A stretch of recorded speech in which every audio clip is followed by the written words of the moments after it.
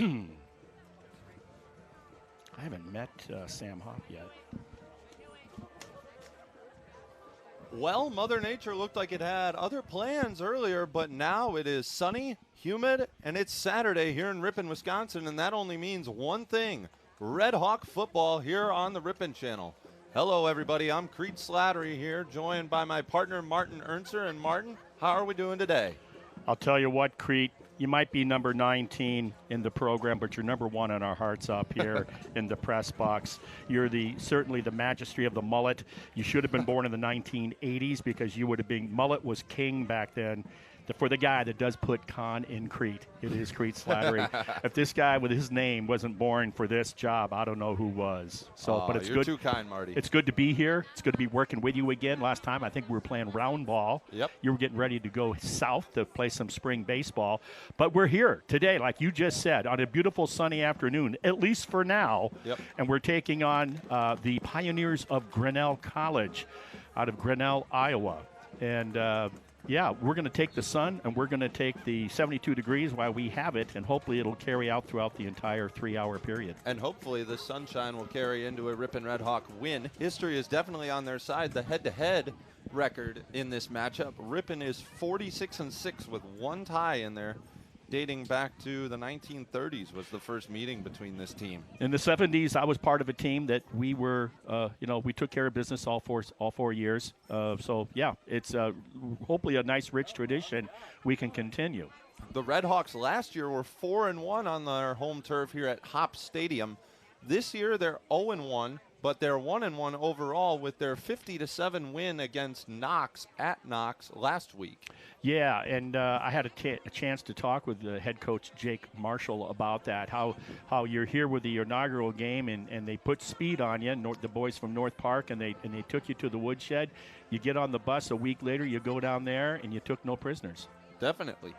Along with you talking to head coach Jake Marshall, let's cut back to that interview so we can hear the rest of what Coach Marshall had to say about his squad going into this Week 3 matchup.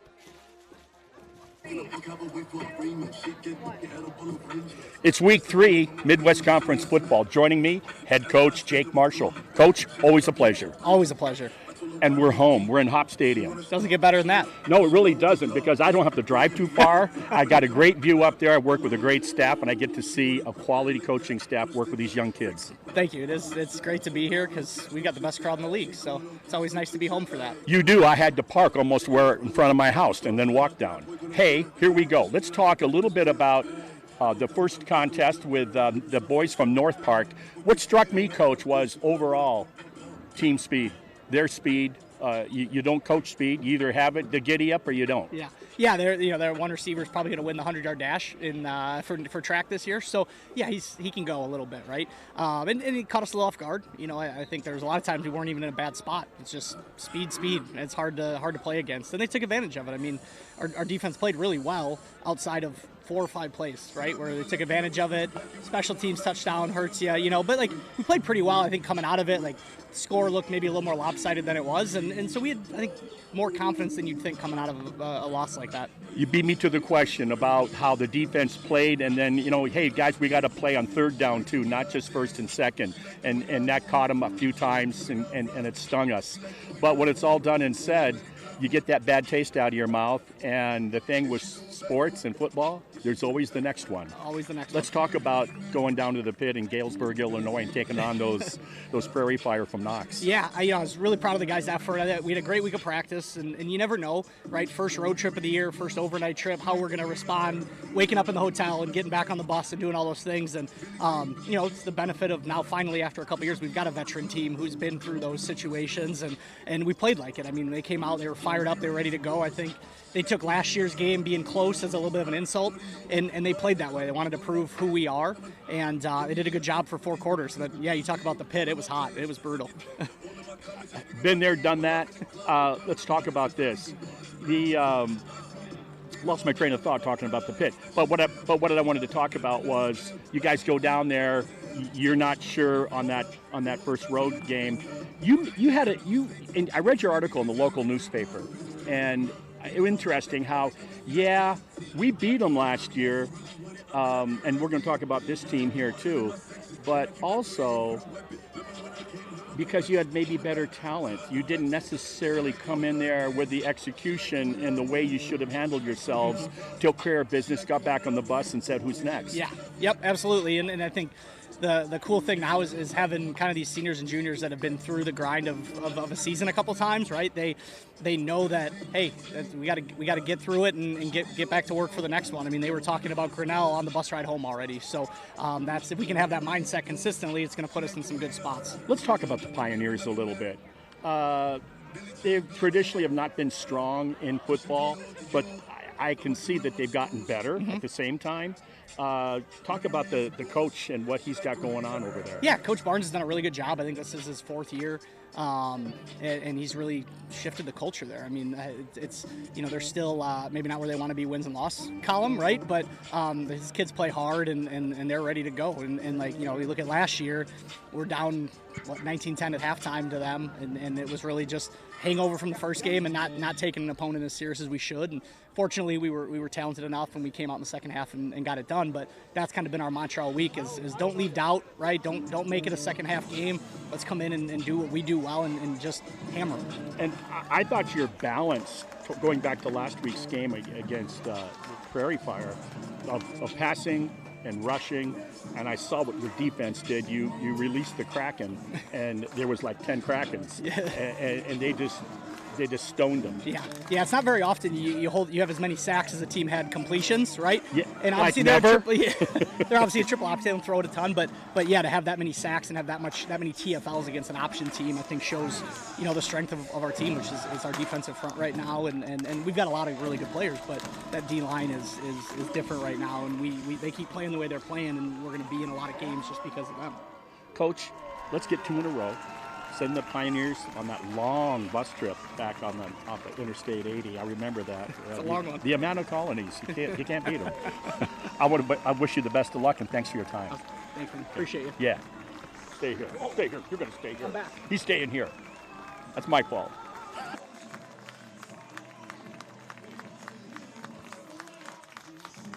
And the Redhawks just took the field there. Good words from Coach Marshall, wouldn't you say, Marty? Very much so, and he is so.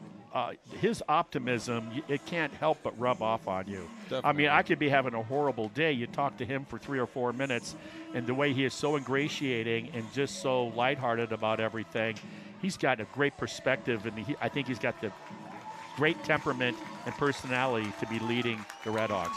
And it's his 3rd year leading them. He is 1-1 on the season, 1-0 in Midwest Conference play, as are the Grinnell Pioneers. They lost their first game against McAllister College 20-15, but then they came back with a 24-0 shutout of the Beloit Buccaneers the very next week. Yeah, and we kind of, as Coach and I discussed a little bit, I mean, traditionally Grinnell, and you mentioned when you opened up here about how we hold from the 1930s, what our win-loss record is with Pioneers. Coach Barnes, he's got these guys going in the right direction. He's got his Grinnell program going in the right direction. Everyone always talks about basketball in Grinnell, but he's turning the corner there a little bit. And after last year, the last time the Redhawks faced the Grinnell Pioneers was September 7th of 2024. It was a comeback win for the Redhawks here at Hopp Stadium. They came back from a 19-10 deficit at halftime, scored twice in the second half, and took the game 23-19. The defense showed up in the second half. Yeah, and that's exactly right. And it was interesting. We talked about that in our pregame interview with Coach, and how we won that because we had better personnel, not because we executed necessarily the best or came out ready to play on the first snap. And a lesson to be learned from that. And I think that's part of it. But he feels really good about the maturation of this ball club, and now with upperclassmen, being those leaders, both by example and in the locker room. Definitely. We're going to step away here for a second, as the public address system will more than likely put on a very good display of the anthem. Oh, my apologies. That's the rally band playing today. But we'll step back, and we'll have opening kickoff and the coin toss with you on the other side. Fans, at this time we would ask you to please rise and remove your caps. Military personnel and veterans of military service are encouraged to render a hand salute. So please join us and sing along with the rally band as they play our national anthem, the Star-Spangled Banner.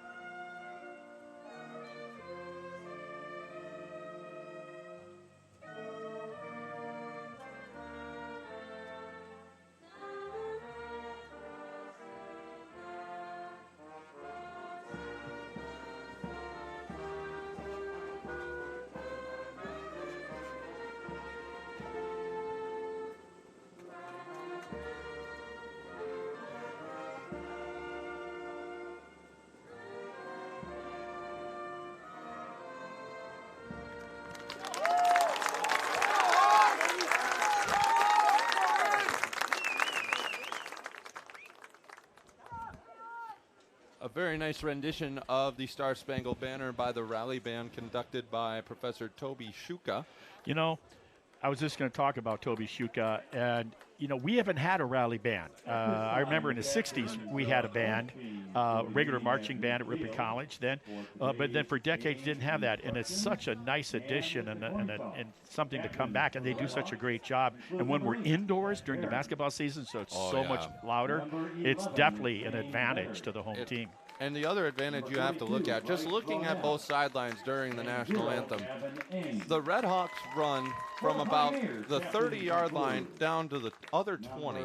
Meanwhile, the Grinnell Pioneer roster stretches from just past the 40 to about the 32-yard line. It's just the depth of the rosters right now that Ripon has the advantage today. Yeah, and not only the depth, but we were talking earlier about upperclassmen. If you look at your starters on offense and defense, you're starting about half of your starters on both sides of the line of scrimmage for Grinnell are underclassmen. Okay, yeah. They're either freshmen or sophomores. Conversely, if you look at your starters on both sides of the line of scrimmage for the Ripon Redhawks, you're looking at about 8 upperclassmen, both on the offense and defense, that are seniors or juniors, and that goes a long way, because if we were to think about, I always looked at high school football, you generally win with seniors in football when it comes to high school, and to have that maturation at the college level here over the young, that's not that doesn't mean the freshmen and sophomores aren't good, but collectively to have that experience and leadership goes a long way. Definitely.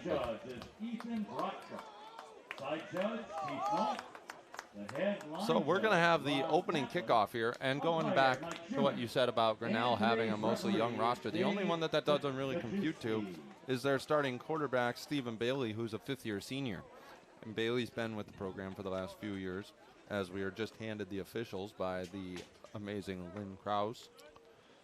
Mr. Krause, thank you very much. I wasn't able to hear whether or not they received or Ripon will receive or kick off, but I guess we'll find out here. I was looking at you and admiring your mullet, so I missed it too. But generally, the team that kicks off is the team that generally wins the flip, right? Because the thing to do most of the time is to defer and get that pigskin to start the second half. Kicking off for it'll be the Redhawks to receive early on here. That's number 7 back there for the Redhawks to receive. That's Kevin Johansson out of Glendale, Arizona, as well as number 18, A.J. Griffin, the junior out of San Jose, wrong roster. Brady Grimmel. Wrong roster. Yeah, Brady Immel. Yeah, Brady Immel. That's right. It'll be number 7, Dom Kelly, to take it back for the Redhawks. Makes a move. Good and high hit. Hammered. Yeah, he got smoked by the Grinnell defense. So the Redhawks will start at about the 28-yard line. Good field position. Yep. Barons will be going into a little bit of a win. Yep.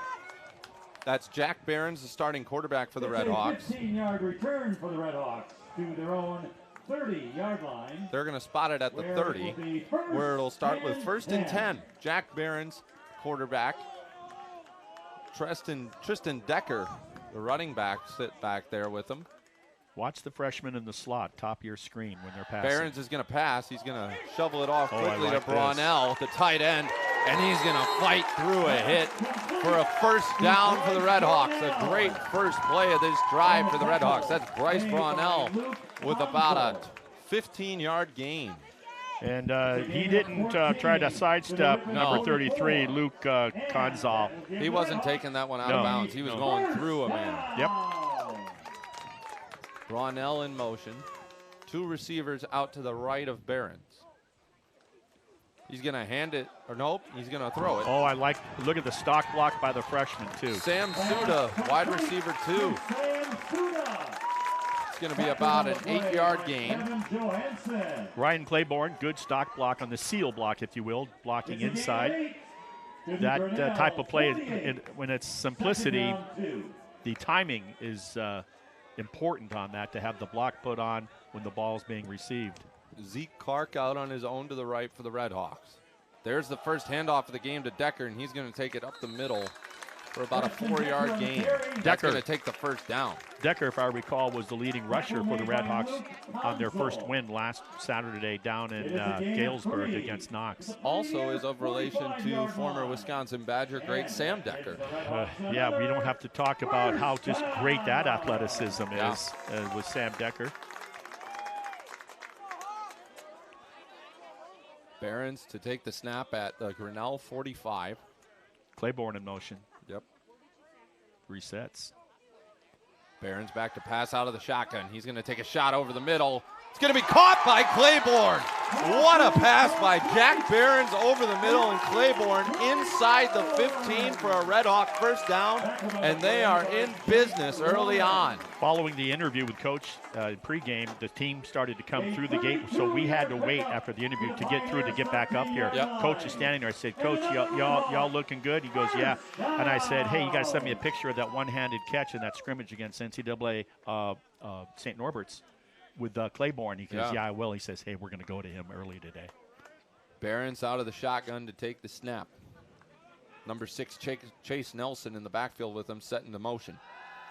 Behrens to pass, going to go to the back of the end zone, overthrew number 87. That is Coverage on the play. number 87, Carl Travis, the senior out of Burlington, Wisconsin.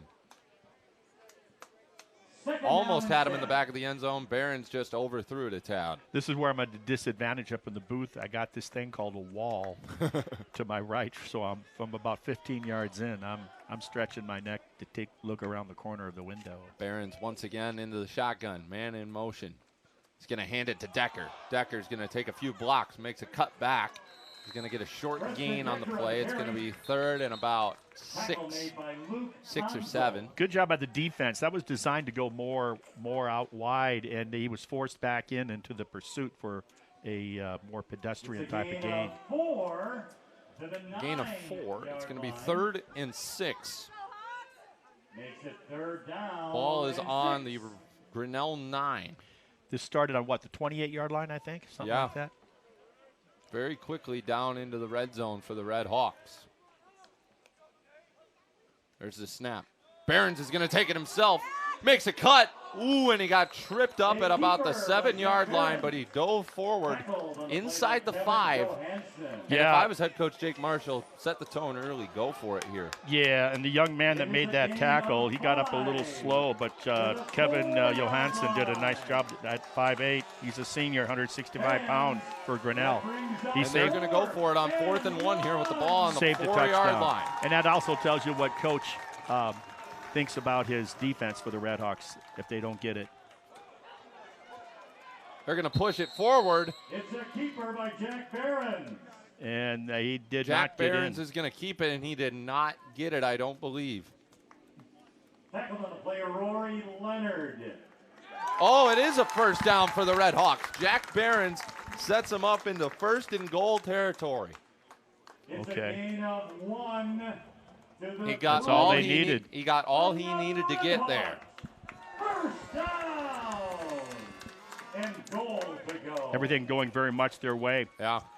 Barron's back to take the snap. He's going to hand it off to Decker. He's going to cut to the right, run through, and dives into the end zone for a Redhawks touchdown. Tristan Decker. Total change of direction, designed to go off the A gap on the left side, and he reversed it and took it up the right side. Just a good water bug type of running back move. So a great opening drive for the Redhawks, results in 6, could be 7 here if the extra point is good off of number 30, Ben Kroc. Aiden Keys, the holder. Keys, the backup quarterback, and Kroc is going to boot one straight through the uprights. 7-0 on a drive that lasted 4 minutes and 3 seconds. And with all the passing that there was, it's surprised that it was that long of a, because the passes were completed. The main play was that 30-plus yard pass from Jack Barron's over the middle to Ryan Claiborne. Yeah, the kid from Georgia. Yep. Father's a warden, and he grew so up tough. you know he grew up tough and disciplined. And I'll tell you something else he does. He runs fast. Yeah. Yes, he does. He had 3 touchdown catches in that opening game of the season against North Park that Redhawks lost. And then he had a touchdown catch last week in the pit down at Galesburg, Illinois at Knox College. So in this short season, he's already got 4 touchdowns by virtue of going through the air. And Ryan Claiborne just adds to his already team-leading receiving total. Coming into the day, he was at 145 yards of receiving. You know, this is a 150-pound kid, let's be honest, but man, can he fly. And great hands. I guess if you don't have good soft hands, the speed is not going to do a lot for you. It's going to be Ben Kroc to kick for the Redhawks here. And we're going to get the chance to see the Grinnell Pioneer offense led by head coach, what's his name, Marty? Brent Barnes. I'm sorry, I was watching. That wasn't a booming nice kick. High kick. Down to about the 7. And Pioneers are going to take it out. And a good return out to about the 27-yard line. Flag on the return. Yeah, and it sounds, just from where it was thrown, it looks like it's probably going to go against the return team. We'll have to wait and see if it's an illegal block in the back, is what I'm guessing, by the visitors. We'll have to wait and see. I guess by which way the teams start walking will pretty much tell us who the perpetrators were. But anyway, it's being a September. Yep, blindside block by Grinnell. And so it's September in Wisconsin. It's 72 degrees, but the humidity is like 85. Yeah. So it's really kind of strange for this time of year. We're going to see how the 5th-year quarterback Stephen Bailey for the Grinnell Pioneers. He's going to be joined in the backfield by Matthew Johansson and Lucky Carton. Boy, if I want experience at any one position with a fairly young team, it's at the quarterback position. That's what Grinnell has, Coach Barnes has in this kid. Man in motion, Bailey back to pass. He's going to go deep. He's got got a him. man open, and he overthrew it. He had number 86.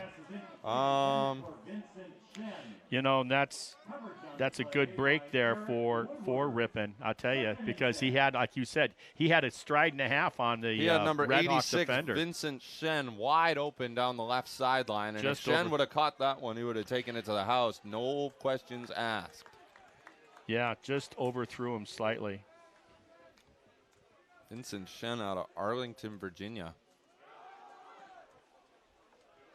A run is going to be pushed back by the Redhawks defense. Couple times speaking with Coach Marshall for the Redhawks, he's really been impressed and very pleased with the front defensive unit for the Redhawks getting off to such a quick start, both in their scrimmages and then even in the first couple of games here to start their regular season. He's been very happy with the way that front 7 in particular has been playing for the Redhawks. 3rd and 8 early on for the Pioneers. Bailey's going to quick release one, and he throws it right to his head coach on the sidelines. Yeah, it was double covered along the sideline on a deep out pattern. And the pocket collapsed rather quickly, forcing Bailey to have to make an early decision, and he let it go. So a 3-and-out to start for the Pioneers, and the Redhawks don't even let the Pioneer offense on the field for more than a minute. Yeah, and now you got to look at the situation in terms of field position. So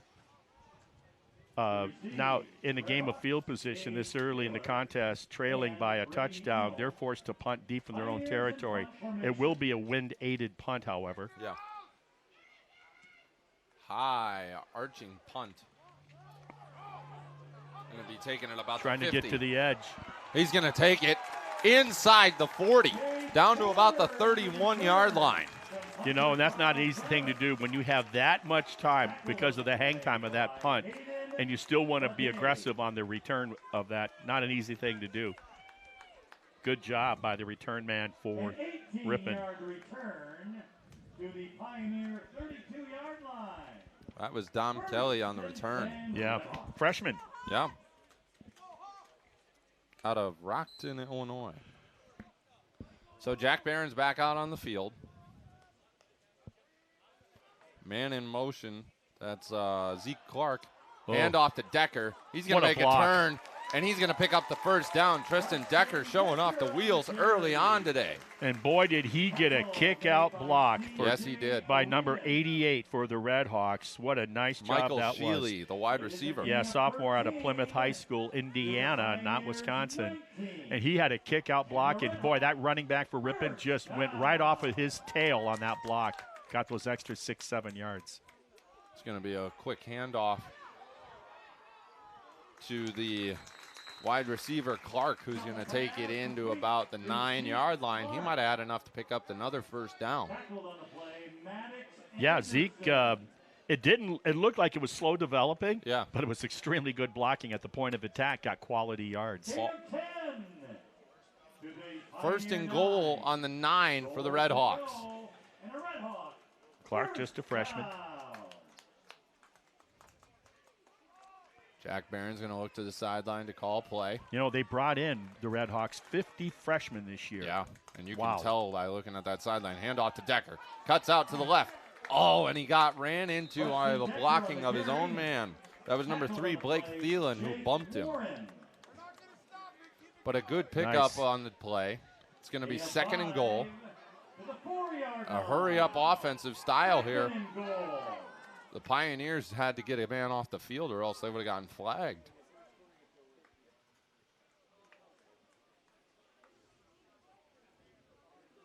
Ball's on the 5-yard line. Barron's out of the shotgun. He's going to look to throw. He's going to take it himself. He's got green grass in front of him, and he's going to be stopped just short. A lot of trust. You know, he came off that knee reconstruction of a year ago. You would never know it. And they're going to bring in Aiden Keys to give Jack Barron's a rest. They're going to let Keys play the quarterback position here on the 1-yard line. Third and goal. More of a running threat. Don't take it personal, Jack. Nope.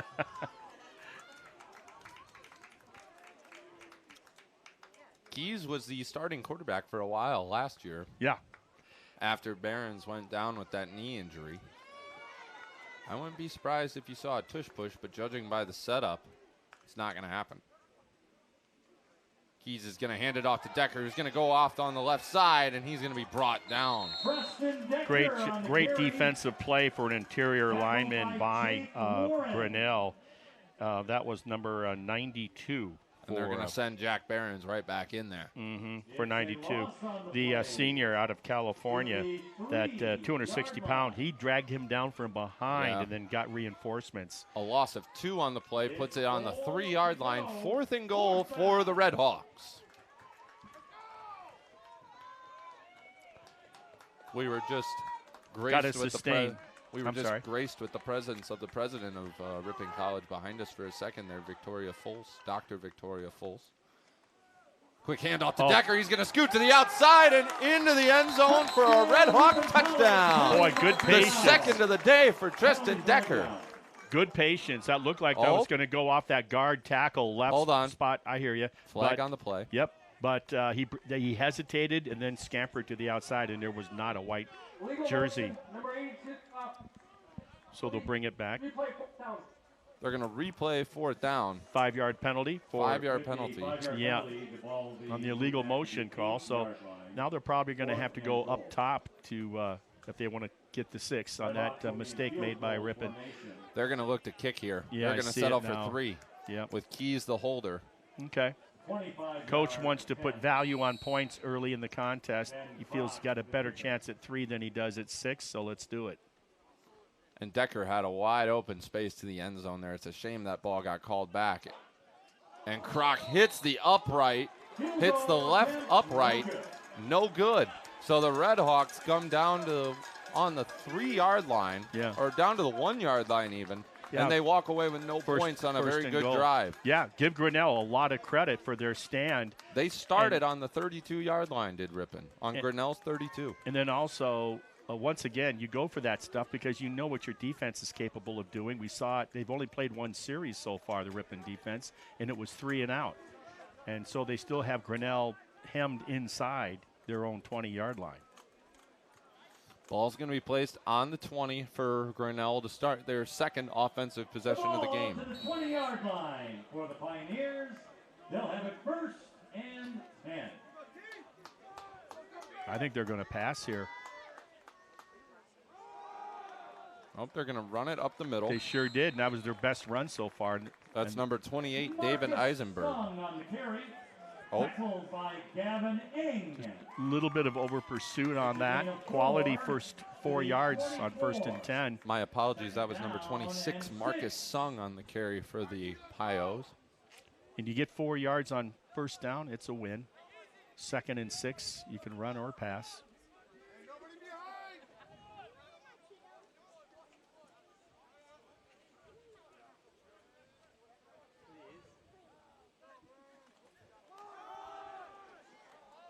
And a run is going to be stopped short there. Going to get less than 2 yards, maybe a yard. RB1, Matthew Johansson, number 21 on the carry. Yeah, maybe 2 yards.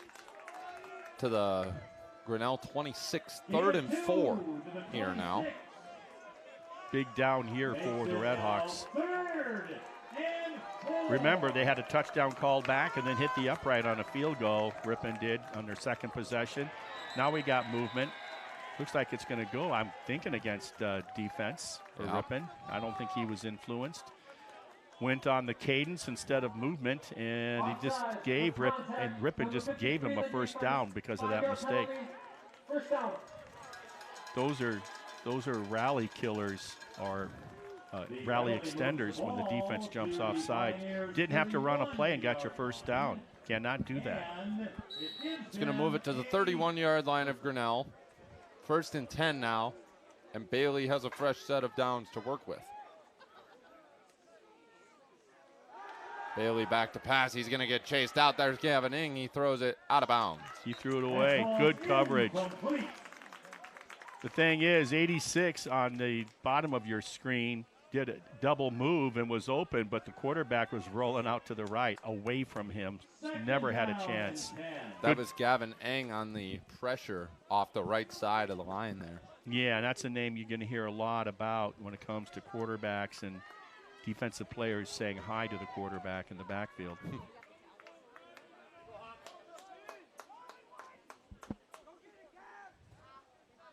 Man in Blitz. motion is going to be handed off. Nice. Look at Marcus Sung going up the middle for a gain of about 9.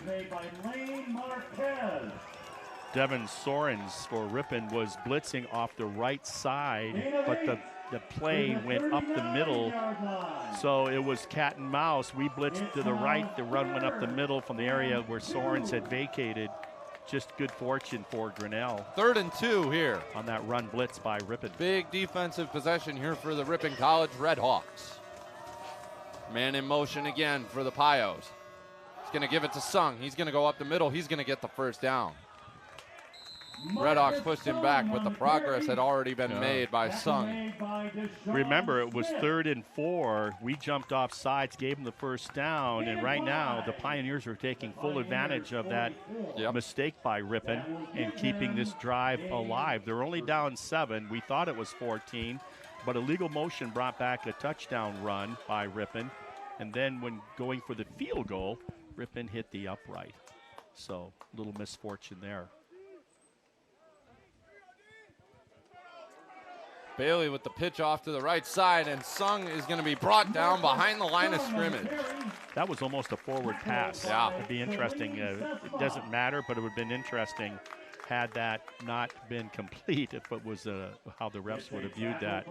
They're running option there. Typically, when you see that option, you take away the up back. It's assignment football defensively. You take away the up back, and then the defensive end to his side where the ball is coming with the quarterback. You put pressure on that QB and read him. Bailey back to pass. He's going to quick dump one out, and that's going to be brought down quickly. And the man we just talked about on that run blitz 3 plays ago, number 10 for Ripon, Sorens. Yeah. Good coverage.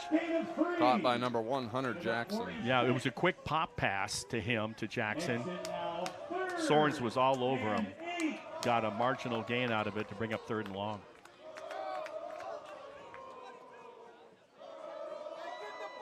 Third and 8 now on the Grinnell 46-yard line. You'd have to expect a pass from the Pioneers here. Yeah, you would. So you want to get pressure, but contain pressure from the outside in. And there it is. Back to pass down the right sideline. Not even close. I think someone misread a route. Well, yeah, absolutely. He's throwing to a spot down on a deep fly down the sideline, and you're getting a deep, not as deep as out pattern. Wide receiver. It was almost a button hook pattern. That Yeah, the man was running. 86 looking at him on the out pattern. You can see him there like, what? Miscommunication between number 86. Big opportunity. I think it's the right decision for the visitors, Coach Barnes, to punt this. That was Vincent Shen who misread his route. Or I don't know who misread the route. Yeah, there. Exactly. You don't know. Yep, we don't know, right? Between Vincent the QB Shen and was the the wide intended receiver. How's that? Yeah. So back to punt is Grinnell again. And he runs into that one. Not a good one at all. No, it's going to land out of bounds. Right around the 30 of Ripon, so they're going to have good field position to start. In fact, they're going to say it went out at the 35. Wow. I don't know about that looking from this angle. That seems like a very generous spot by the refereeing crew. That's, well, you know, I always thought the whole thing is strange. If you kick off and you go and the ball goes out of bounds, it's a penalty. If you punt the ball and it goes out of bounds, in the game of inches, right? Football's a game of inches. You asking a referee to go, you know, the thing was 30 feet up in the air and went out, and you're supposed to spot where it went out. I think you're asking an awful lot of the referee. Jack Barons once again under center. Yeah. 2 men out onto the right. Nice to see him having the start that he is. He's going to hand it off. Yeah, they're still letting it go as this rugby scrum continues forward. Look at that. He got contacted about 2.5 to 3 yards beyond the line of scrimmage, and got another 3 yards after that. That was number 34, Evan Naring, on the carry. There's a name that we've heard before. Up to the 41. Second down and Evan, a junior, 6'2", just under 240 pounds. Now 2 receivers out to the left.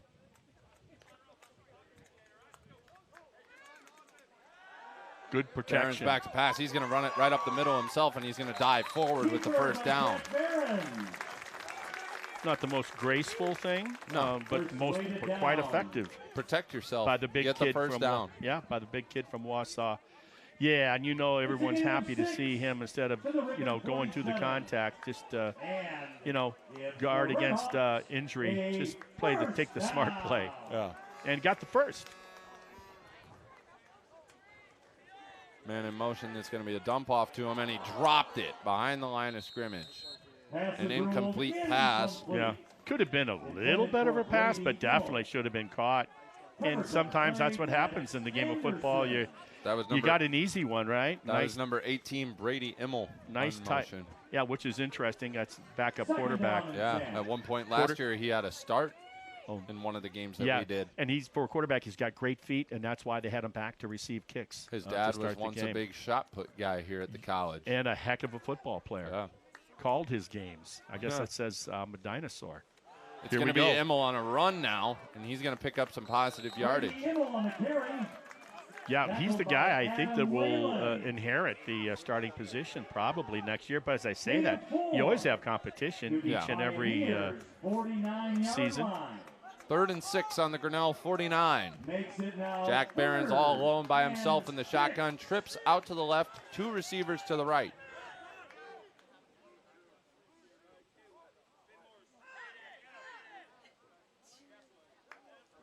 One of these times I want to see him do that, but then quick snap it when the defense all take their knee and put their hands on their hip. Barron's back to pass. He's going to go deep. Oh. Hit the hands of number 87. Yeah, and I think what happened there. That's number 87, Carl Travis, out of Burlington, Wisconsin. Yeah. Right near Lake Geneva. I'm thinking those went off the fingertips of number 8, and it threw his reception off. He's got just enough of a fingernail, number 8 for the visitors, and I think that's what happened. So it's going to be Travis himself to punt here for the Redhawks. He's going to be punting into the wind, so let's see if he gets a favorable bounce. Gets a nice bit of air underneath it. It's going to be a fair catch. Gorgeous punt. At the 16-yard line for Grinnell. That is really, I mean, that's just a heck of a kick. My goodness. Nice job. The catch made at the Grinnell Carl Travis. Line. 1st and 10, Pioneers. Got him hemmed up. So after that opening drive to score the only touchdown in the game so far, it's been just an exchange and a battle of field position. Kind of just, we'll walk out here, we'll play, we'll make a few plays. Now you'll come out here, you make a few plays. Bailey with the handoff to Marcus Sung, and he's going to get swallowed up after about a 2-yard gain. Boy, it really looked like that there was a hole there, but then he broke it back to the right. Yeah, it closed in a hurry, that door. It's funny when you look and see this offensive huddle happening down in front of us on the sideline, just how many offensive players there are. Yes. But then you look and see, and there's still 30-plus guys on the sideline over there. Yeah. Just the depth of Ripon's roster is unbelievable. Yeah, we back in this early mid-70s, we probably had about maybe 55 to 60. And we only took maybe 40, low 40s on the bus trip. That was the end of the first quarter. End of the first quarter. Ripon came out swinging on the first drive of the game. A Treston Decker short touchdown run. Other than that, it's been a defensive battle since then. Yeah, and remember, you had a touchdown call back. This might be a very different flavor of the game. If it was 14-0, who knows where it'd be now. But because of that, and then the missed opportunity on the field goal, on the errant kick, it's Grinnell's got to feel really good about themselves, I think, being down by 1 score. And I would be made fun of if I didn't give the chain gang and ball crew a shout-out, as they are all Ripon College baseball members. Okay. Dom Diliberti, Tyler Hickman, Nolan Hollander, Matthew Stushinsky, Owen Gerhardt, and Chase Hanselman. Keep up the good work, fellas. They look good in Hunter Orange. Yeah, what do you think? They do. Not bad. What positions these guys play? Hollander is a freshman catcher, as is Diliberti. Okay. Kyler Hickman's going to be our starting first baseman. Owen Gerhardt's going to be our starting center fielder. Chase Hanselman is a graduate assistant coach who was our center fielder last year. Okay, so no pitchers, I noticed. Matthew Stushinsky is a reliever. Gotcha. Okay. Senior reliever. Well represented there. Yeah.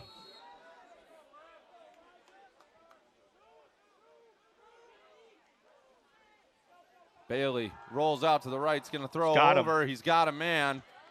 Hit hard into the sidelines.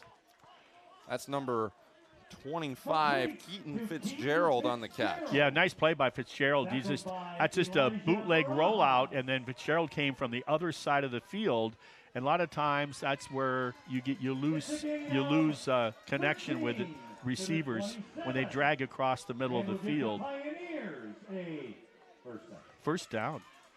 Bailey back to pass. He's going to throw. Went to Fitzgerald again, and he's going to be wrapped up and thrown into the sideline at about the 29-yard line. Yeah, and I wonder if the wind had anything to do with that because he underthrew him. The kid had to stop and go down to his shoelaces. At one point, I didn't think he caught it. It was a good play by Fitzgerald. And it was very good. And the thing is, if he hits him in stride, and it was ruled an incomplete. He took I thought it was ground. a one-hopper. I thought it was a one-hopper, but they let the play go. And like I'm saying, he was open. That fifth-year senior just missed him. And the difference between an incomplete pass and probably a 5 or 6 yard gain. You look at that offensive line, those Warriors down there on the bench for the Redhawks getting their well-deserved rest. It's going to be Marcus Sung right up the middle, and he is met. Boy, what? Those were two Rams battle on Pikes Peak, Colorado. That was a head-on collision, and there was no airbags with either one of those guys. That was a football play. Marcus Sung on the carry. That was number. I didn't see the number. Got that. But wow, did he step up? I wonder if it was Vetter or I wonder if it was number 8. Number 8, Nolan Perry. Yeah, it might have been Perry out on of that. Genoa, Illinois. Yeah, nice hit. It's going to be Fitzgerald wrapping around the outside. He was lassoed at the ankles by number 1. Nice job there by. It's going to be 4th and 2 on the Grinnell 35. Big offensive. Brings up 4th and 3. Actually, 4th and 3. The Pioneers will be in punt formation. Pioneers are looking to punt on a 4th and 3. Seamus Wallace. There's J.D. Penson on that lasso tackle at the ankles, the kid from Georgia. So, once again, the wind has dissipated a little bit, not so much. But look at that good kick. Punt. Very good punt. That's going to hit look the ground. At that. That's going to bounce. Woo! That's going to take a Grinnell bounce to My about the goodness. 11-yard line. What a punt. That's about a 60-yard kick, some thereabouts. My goodness. Wow. The punter, Noah Davidoff. Good day for punters for both teams so far.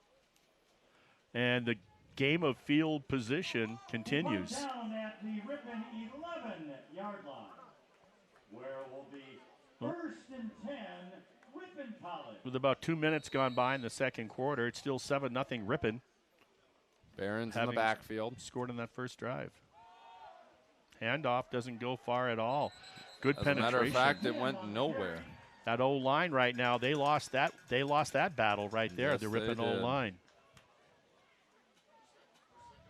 Tackled on the play, Brett Bishop. A tackle for loss. Lost a yard on that, in fact. Back to the 10. 2nd down, 11. That was number 28, Ben Tim, on the carry out of Campbellsport, Wisconsin, the freshman. The Campbellsport Campbells. Cougars. Oh, my bad. Yeah, another Wildcat. Barron's of the pass, and it's Picked picked off. off by Grinnell. Boy, he didn't fall for that Not at all. By Brandon. That was Wow. number 14. Brandon Tennicott. Tennicott. Senior. He didn't fall for Barron's fake handoff, little play action on a slant pattern.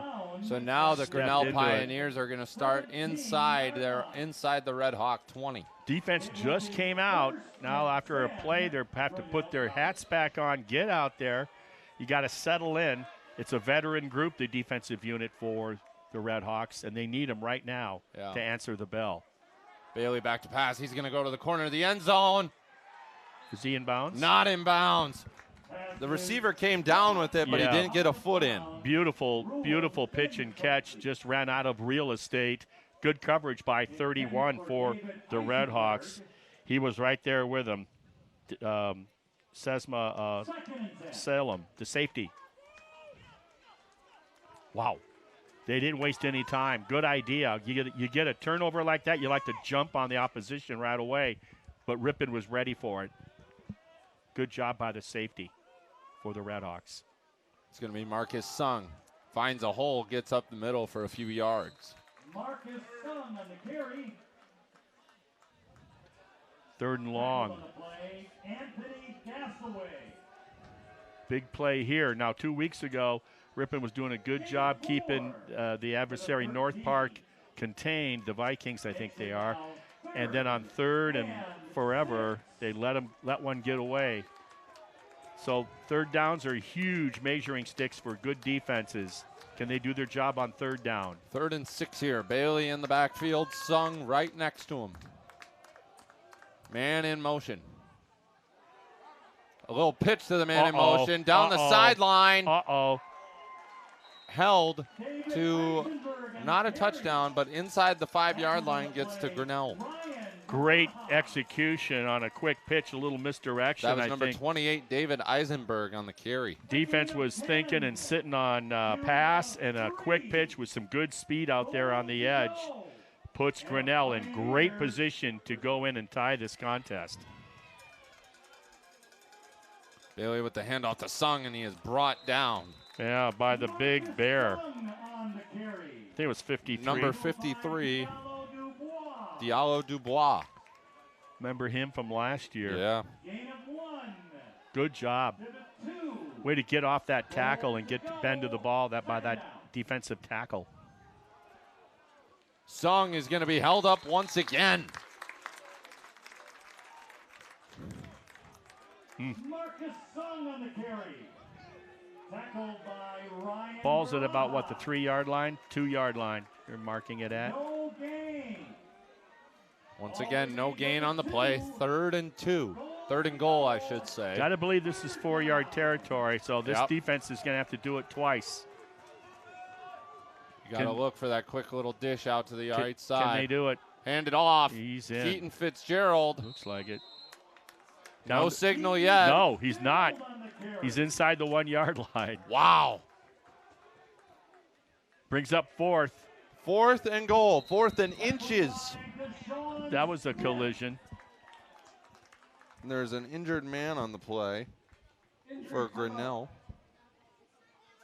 Deshaun Smith, the defensive end, closed the door, kept him just out of the end zone. Deshaun Smith, the leader in tackles for this Red Hawk defense. We got an injured Grinnell player. I'm not certain, but I thought I saw Keaton Fitzgerald, number 25, the man down for the Pioneers. And we've seen him a very able receiver. Yes.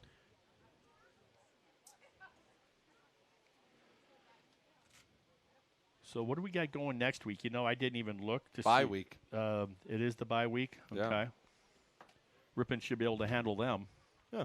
I think most teams will. In fact, Grinnell will be having the bye week as I don't well, know. I think. The Bears would lose a bye week. You know what? You might be right. Them and the White Sox both, I think. Yeah. They would lose an inner squad. They would lose an inner squad. Now that we're done humoring ourselves, the 4th and goal from the 1. This is like buck fever right here. Yep. 4th and 1. Both teams are jacked. They're juiced. The adrenaline kicking in. The Hopp Stadium crowd into it. What's the play going to be? Are they going to keep it? Marcus Sung in the backfield with Bailey. I say they roll out with the quarterback. Let's see what he does. Handoff. Right up the and middle. Sung into the end zone for a Pioneer touchdown. Power play right up the middle. Nothing fancy. Good blocking at the point of attack. Good job by the Pioneers on 4th and a yard to just 1 extra point away from tying this game.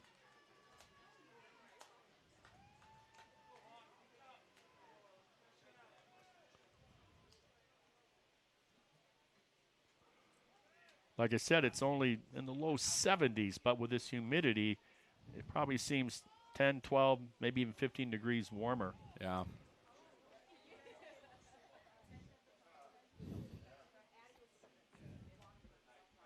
And going for the tie, it would appear.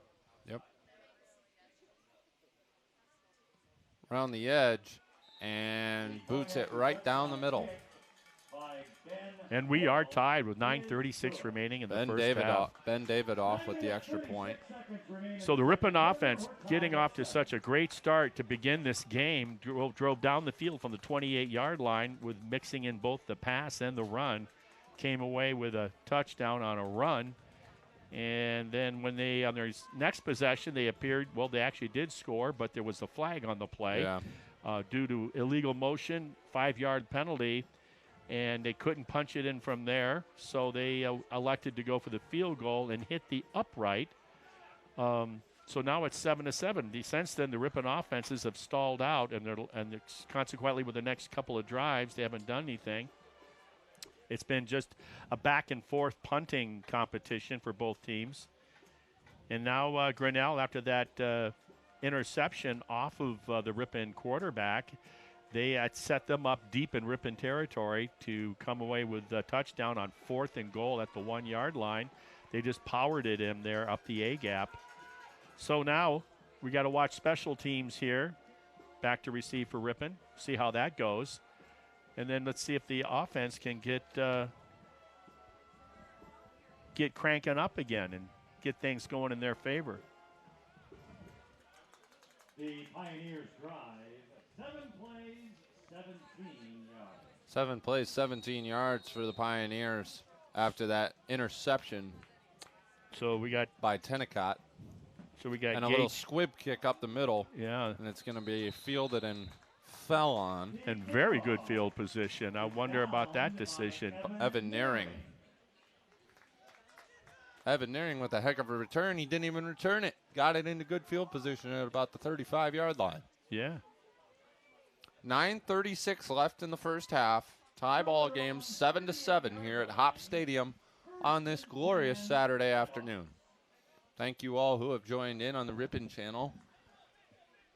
Yes. You haven't missed much. Only 2 touchdowns. YouTube.com/Ripon channel.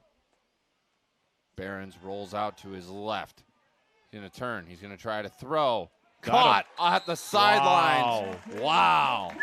Zeke Clark got the foot in at the Grinnell 49. Yeah, I think he got both feet in, even though only the one is required, as you were saying. But, wow, what a surgical pass that was. Behrens rolled out to his left and had to adjust his body to throw across it, and he hit Clark right in the numbers. With a guy breathing down his collar. Yeah. Claiborne and Suda out on the right side, Clark on the left for Behrens. And they are now in Pioneer territory on the 49. Behrens back to pass. He's got Claiborne deep, sheds a tackler, throws it. How's that for experience?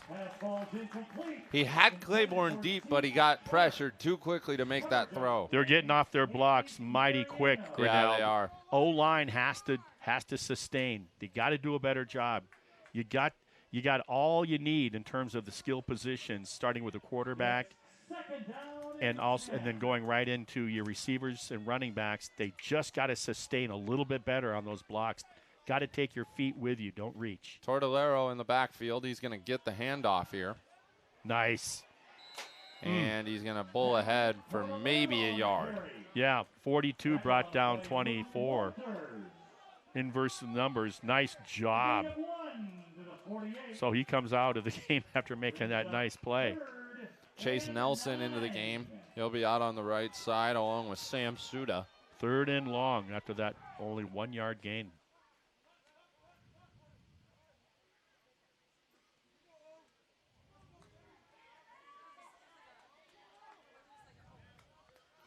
Zeke Clark down on the left side along with Carl Travis. Good blocking here. Behrens has plenty of time to throw. He's going to take it with his legs, and he's not going to get the first down. Forced out of bounds before the marker. Interesting decision here by Jake Marshall, needing about 2.5, 3 yards. What they do here. Figure about 3 yards. They're going to go for it. It's a gain of 6 to the 42-yard line. Brings up 4th and 3. Good job of blocking on that last play by the Redhawks.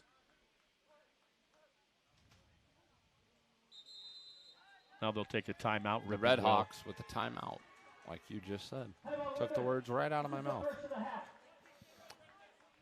In other sports news, Wisconsin not playing too well against Maryland. They're down 20-3 in the third quarter with just 12 seconds left. Program is struggling. Yeah, no doubt about it. Not as much as my program. So the Fighting Irish are somehow still ranked after 2 losses. Well, there's no bigger Notre Dame fan than this guy, Lynn Krause, my play-by-play for high school games, doing the PA system. I mean, his license plate on his vehicle, everything. It's all, he's got more pictures of Touchdown Jesus and all over the place. Yeah. Hey, don't be talking bad about Touchdown Jesus. I'm not talking bad about him. All right. I'm just saying he's got him. Boom, boom. Coming out of the timeout, Redhawks are going to go for it.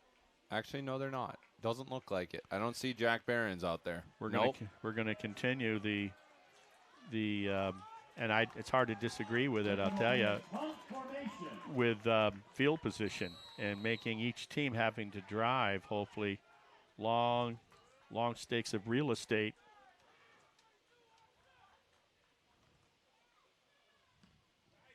High arching punt. And it's not going to go in the end zone either. Look at that. 5-yard Wow. line. That thing hit around They're going to mark it. To 2. Yeah. Awesome. Wow. Awesome kick. What a punt by Carl Travis down to the 2-yard line. Well, there was a heck of a decision that certainly makes Paid the off. coach look like a genius. If you could bottle that foot for punting, I tell you, the kid might have a job at the next level. Nice job. Talk about putting the opposition in a deep hole. They're huddling up in their own end zone.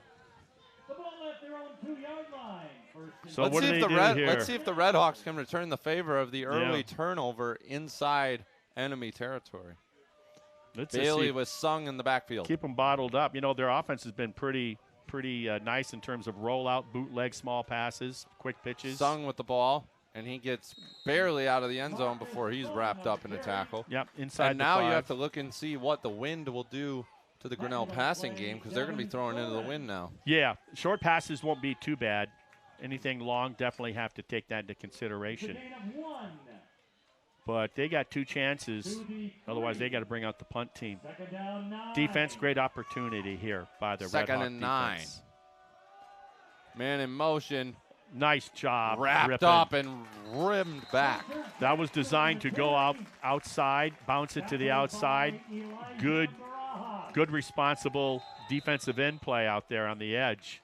Turned it back in, and the pursuit cleaned up on the play. Injury timeout on the play. Third That's and long. Grinnell man down. About 3rd and 7 when they get back to playing. That's going to be one of the big plays of the afternoon so far in the first half on 3rd and long. Before that, it was 4th and 1 on the 1-yard line, and the Pioneers came off of a timeout and converted it just on a north-south handoff. Got the touchdown to tie Ripon. Now Ripon keeping them bottled up until creating a 3rd and long situation. They got to get the ball out to about the 12 or 13-yard line. Pioneers do if they want to maintain possession. But they're going to have to get about 7 to 8 yards. If about that's 6-7 yards. Do it, yeah.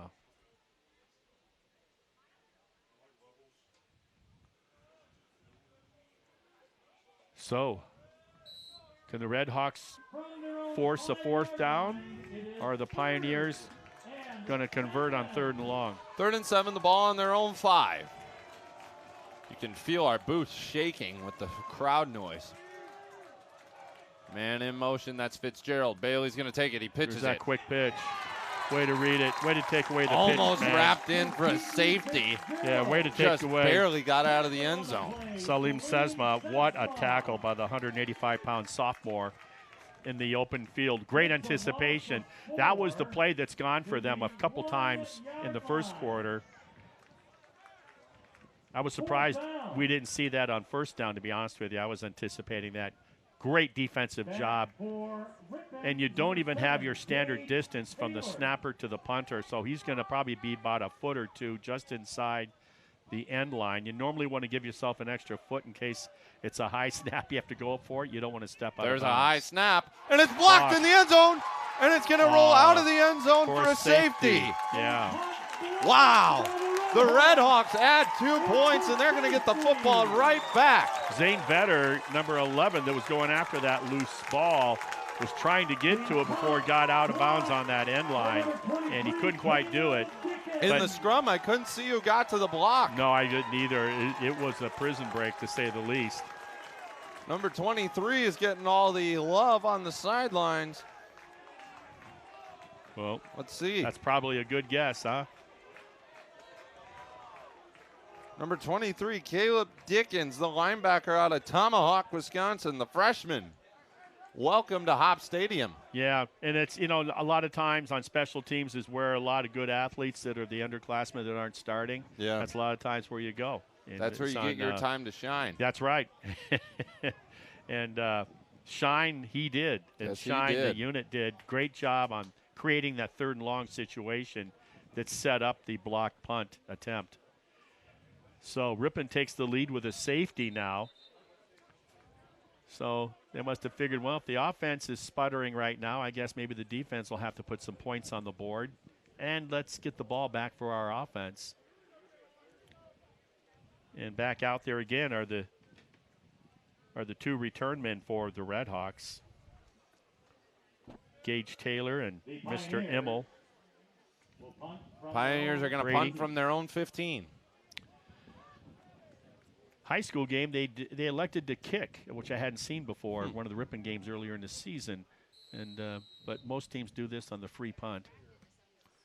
Good punt. Yeah, not a lot of hang time, so he's going to get a credible return. And look at that. Breaks free of the hold and gets to midfield. Yeah. And there's going to be a flag on the play on the Ripon side. Well, we'll have to wait and see. And let's see what they're going to call. So, holding on number 3. Too bad, because instead of having the ball at the 50, they're going to have the ball back just beyond their own 30. So, sizable penalty. That's number 3, Trey Reed, the freshman. Actually, hold on. Yeah, just outside the 30, 32. Actually looked more like Blake Thielen. Where it will be 1st and 10. Ripon College. So we've seen the penalty that cost us 6, and now we're seeing the penalty that cost us a few yards in field position, but still Ripon in a good place right now. Claiborne in motion. Handoff. And Tristan Decker is going to be stopped. Just nothing. The success they had a week ago, this is what was happening in their first game against North Park, where they kind of just took away the run by Ripon. Ripon then was able to run quite a bit with a balanced offensive attack a week ago at Knox. And now the running game yards are coming hard, but hard to have here. Hard to come by, I guess I should say. Behrens trips out to his left. He's going to roll out to his left. He's chased in by a man. He's going to quick dump to Claiborne. He's going to get a few yards on the play. Yeah. Not much, but a few. Long developing. He's always under duress, too. That the pocket needs to stop collapsing. The offensive line needs to do a slightly better job. Yeah, the running back there on that has to be get your head on a swivel. He could have occupied the would-be defensive lineman going after Behrens a little sooner, bought Behrens a little more time. 3rd and 8 for the Redhawks here. You got to guard that backside. That's where the pressure is coming from when Behrens rolls out. Behrens drops back to pass. Quick dump off to Decker. And he gets brought down by his own man. Well, he got tripped up initially around the ankles by number 30. Is it 35? Yeah, but number 77, Jordan Franz, went down with him. Yeah, 35 tripped him, and then he ran into his own teammate. the So- sophomore out of Horicon, Wisconsin. Where you go, you would have started on the 50, you started on the 32, and now you're forced to punt the ball again. And they just can't get on track. Coverage is good because Barron's a couple times on those rollouts has ample time. He's just not finding anybody. Carl Travis with yet another punt opportunity. I wouldn't be surprised if the teams rack up more punt yards than they do yards of total offense today when it's all said and done. It's another good one to the 23. Oh.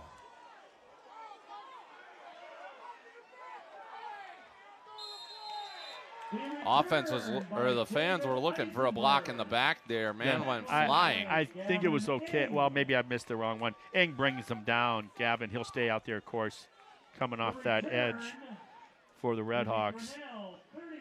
Right now, I think what Ripon has to do is take away anything up inside the tackles on the ground. They got to control that line of scrimmage up there, and then work to the outsides. They did a great job last possession. Remember, it was that nice play that on 3rd and long where they forced him to punt and set up the eventual safety. Deshaun Smith on the left side. That's going to be Keaton Fitzgerald. Breaks another tackle. He's going to be off to the races. He's gone. The 30, the 25, the 20, 15, 10, 5. Pioneer touchdown. Wow. Off left tackle. A 62-yard touchdown run for Keaton Fitzgerald, and the Pioneers take the lead right back from the Redhawks. Off the left tackle. This is kind of reminds me of the repeat of a year ago where he just sort of a sluggish kind of game with the Pioneers, and then you talked about in pregame how they had to come from behind with a couple of scores in the second half. So now they face a potential 14-9 deficit, up depending on how this extra point from Davidoff goes. Low snap, kick is up, and it is right down the middle. So 14-9 with 3:28 left to play here in this first half. Grinnell leads. 3 minutes, 28 seconds remain in the second quarter. So now head coach Jake Marshall needs to rally the troops. The Pioneers, 14. The Redhawks. Keaton Fitzgerald broke a few tackles there, and then by about the 50-yard line, he was home free, untouched to the end zone. You're exactly right. There was about 2 arm tackles in there, and they couldn't quite get there. And by the time reinforcements were to get there in the pursuit, he was already gone, and he can stride it out, as we saw that, where he pulled away from the secondary of the Redhawks. You thought for a second Treston Decker had a chance to run him down, and he just blew by him. This is a game you got to have if you're a Red Hawk. You look at the schedule. You're home. You got to win last week on the road, your first win of the season, to go 1-1. If Grinnell wins this game, they will have already matched their win total from last year. Yeah. When they finished dead last in the conference. Yeah, we're not going to go there. No, we're not. I'm just bringing it up. Yeah. So looking like we start might with see special an teams. onside kick. We just got to stop here. making mistakes here on silly penalties. A little flip kick. It's going to be brought out. Room to run. Out to about the 38-yard line. Gage Taylor with the return. Okay, decent field position.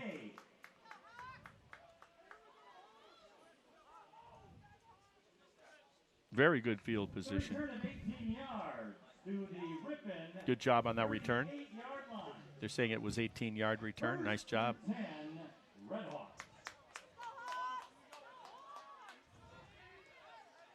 Four-man front by the Pioneers. That's Decker with a run, and he is hammered back. Here's the deal. On that play, it was the backside that made the play. So while he's being patient at the point of attack and turns his pads north, it looks good. The backside is making the play. So there's nothing going on the backside to even chip these guys. Nice defensive effort there by the right interior tackle. 2nd and 8 for the Redhawks on the 40-yard line. 43 defense. Decker up the middle. He breaks the tackle. He's home free to the 30, the 25. Stiff arms his own man, brought down at the 20. Had to stiff arm his own man. Well, no. Number 81, Sam Suda. No, Sam Suda actually ran in. He thought that he was going to break to the outside. He broke it back into the onside, and they created the contact. But let's go, no huddle. Here we go. Now, quick snap. Decker is going to take it up again for another large gain. Preston Decker's having himself a football game right now, Martin. After that long run, yeah. In fact, he's going to come out and catch his win. Yeah, I'll tell you what. They go on and win this game today. There's going to be a lot of joking around. That might have been the best stiff arm I've seen in a while. Well, you said it was a stiff arm. I think he just got bumped into by his teammate that was coming in from behind that wanted to give him a block on the guy that was preventing him between him and the end zone. And from up here, it sure looked like he dribbled him. And it was a zig and a zag with the two teammates. He was hitting him with the power dribble. Wow. He's down in the paint. Colby Williams. Oh, my goodness. Whatever it was, I'm not sure I've seen that before. The good news is they got the ball. They can get a first down at about the 10-yard line. That was a good run there. Decker had to come out and catch his wind.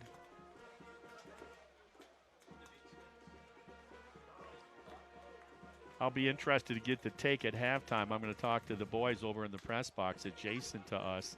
Get their take on that because they use binocs over there and everything for spotting for Lynn Krause, the PA announcer. And I want to get what they thought they saw because you and I are a little at odds in terms of what our interpretation is what happened. But whatever it was goofy. It was funny. Yes, it was. I think he was just trying to get a stock block, the young man that made contact with Decker. And we'll see what happened. And if he did stiff arm him, hey, who's ever near you, get away. Run him over. Get away. That's right. I'm not taking time to discern who's who. Tortolero out there with him. Or no, that's Decker. Decker back out there during that timeout. Uh-huh.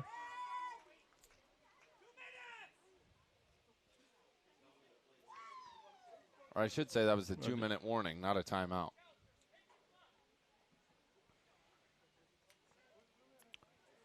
That's very fortuitous for Decker, right, to catch his win, and the team didn't have to take a timeout. Yeah.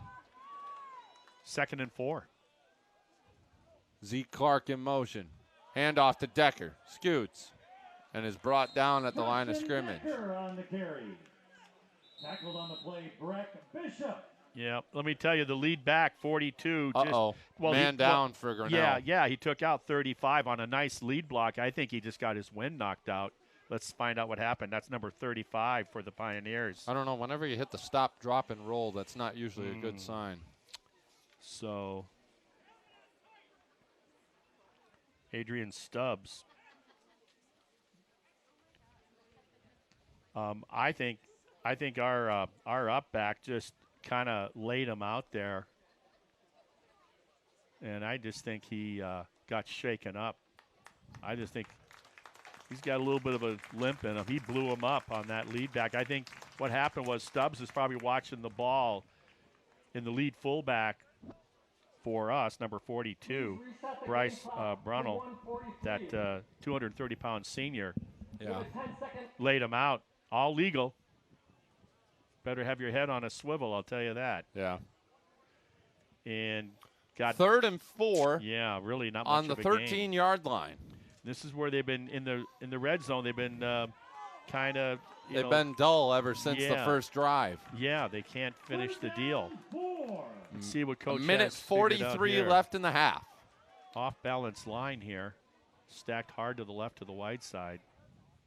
Zeke Clark in motion. Little toss to him. He's got nowhere to go right now. And flag thrown on the play, and Clark's going to be driven back for a loss of yardage. Oh, no. Side judge threw the flag, and it was right in front of him. You know that generally, unless it's a face mask, that generally spells holding. Yep, and Chase Hanselman looks like he just made the call for me, the ball kid over there. I don't know what the big discussion is. Head referee Dave Jajewski is talking to the head coach Barnes. Penalty is declined. The result of the play is 4th down. So Coach Barnes has taken the down versus the penalty because they jammed him up anyway for no gain. So he forces the 4th down. What does Coach want to do? The offensive unit is staying on the field right now. Yeah, I'm not the coach, but I would tell you I'd bring out my field goal kicker. But you're trailing, and that would still leave you trailing if you do get You'd have to think Coach Marshall wants to go into the locker room at half with a lead here. Well, it's a tough decision. Do you want points and come away with something, or just put it back on your defense? Redhawks are going to take a timeout here. Yeah, they got to consider the options. I'll guarantee you, the offensive coordinator, head coach, they're all talking right now what they think they want to do here. You don't need to get the touchdown. If you can find a way to get just about 4 yards or a long 3.5, that's going to refortify you 4 downs. So we'll have to see. So you answered my question earlier about the bye week coming up. Yeah. And then they're going to come. I think they're going to jump right in. I want to say homecoming with Lake Forest, maybe. Yes, it is. And that'll be that's a later start. Is that like a 3 o'clock start? I think. Yep, 3 o'clock start with homecoming. And after that, it's on the road at Cornell College. Then on October 18th, they go to the University of Chicago. Yeah. And then after that, they're back home versus IC. And then on November 1st, on Senior Day, it's Beloit College. And then they round it out with 2 visiting on the road matches games at Monmouth and Lawrence. Yeah. So they'll look to regain their dominance in that Lawrence series on the road. They're going to go for this on 4th and 4. Yeah. Trying to get on the 13-yard line. They need to get to the 9-yard line here. Behrens takes the snap, drops back to pass. Rolls out, throws over the middle. Got him. Caught! It's caught by Ryan Claiborne.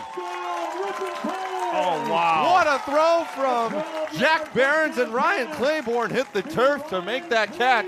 And the Red Hawk gamble by Jake Marshall pays off. Behrens and they can start playing jump around at Hopp. Behrens starts sidestepping the single pressure. He had to step up and bought himself time and threw a strike low and away outside corner, wasn't it? Yeah, it was. And that freshman Claiborne, man, but does he have hands? Yes, he does. Ben Kroc on to kick the extra point.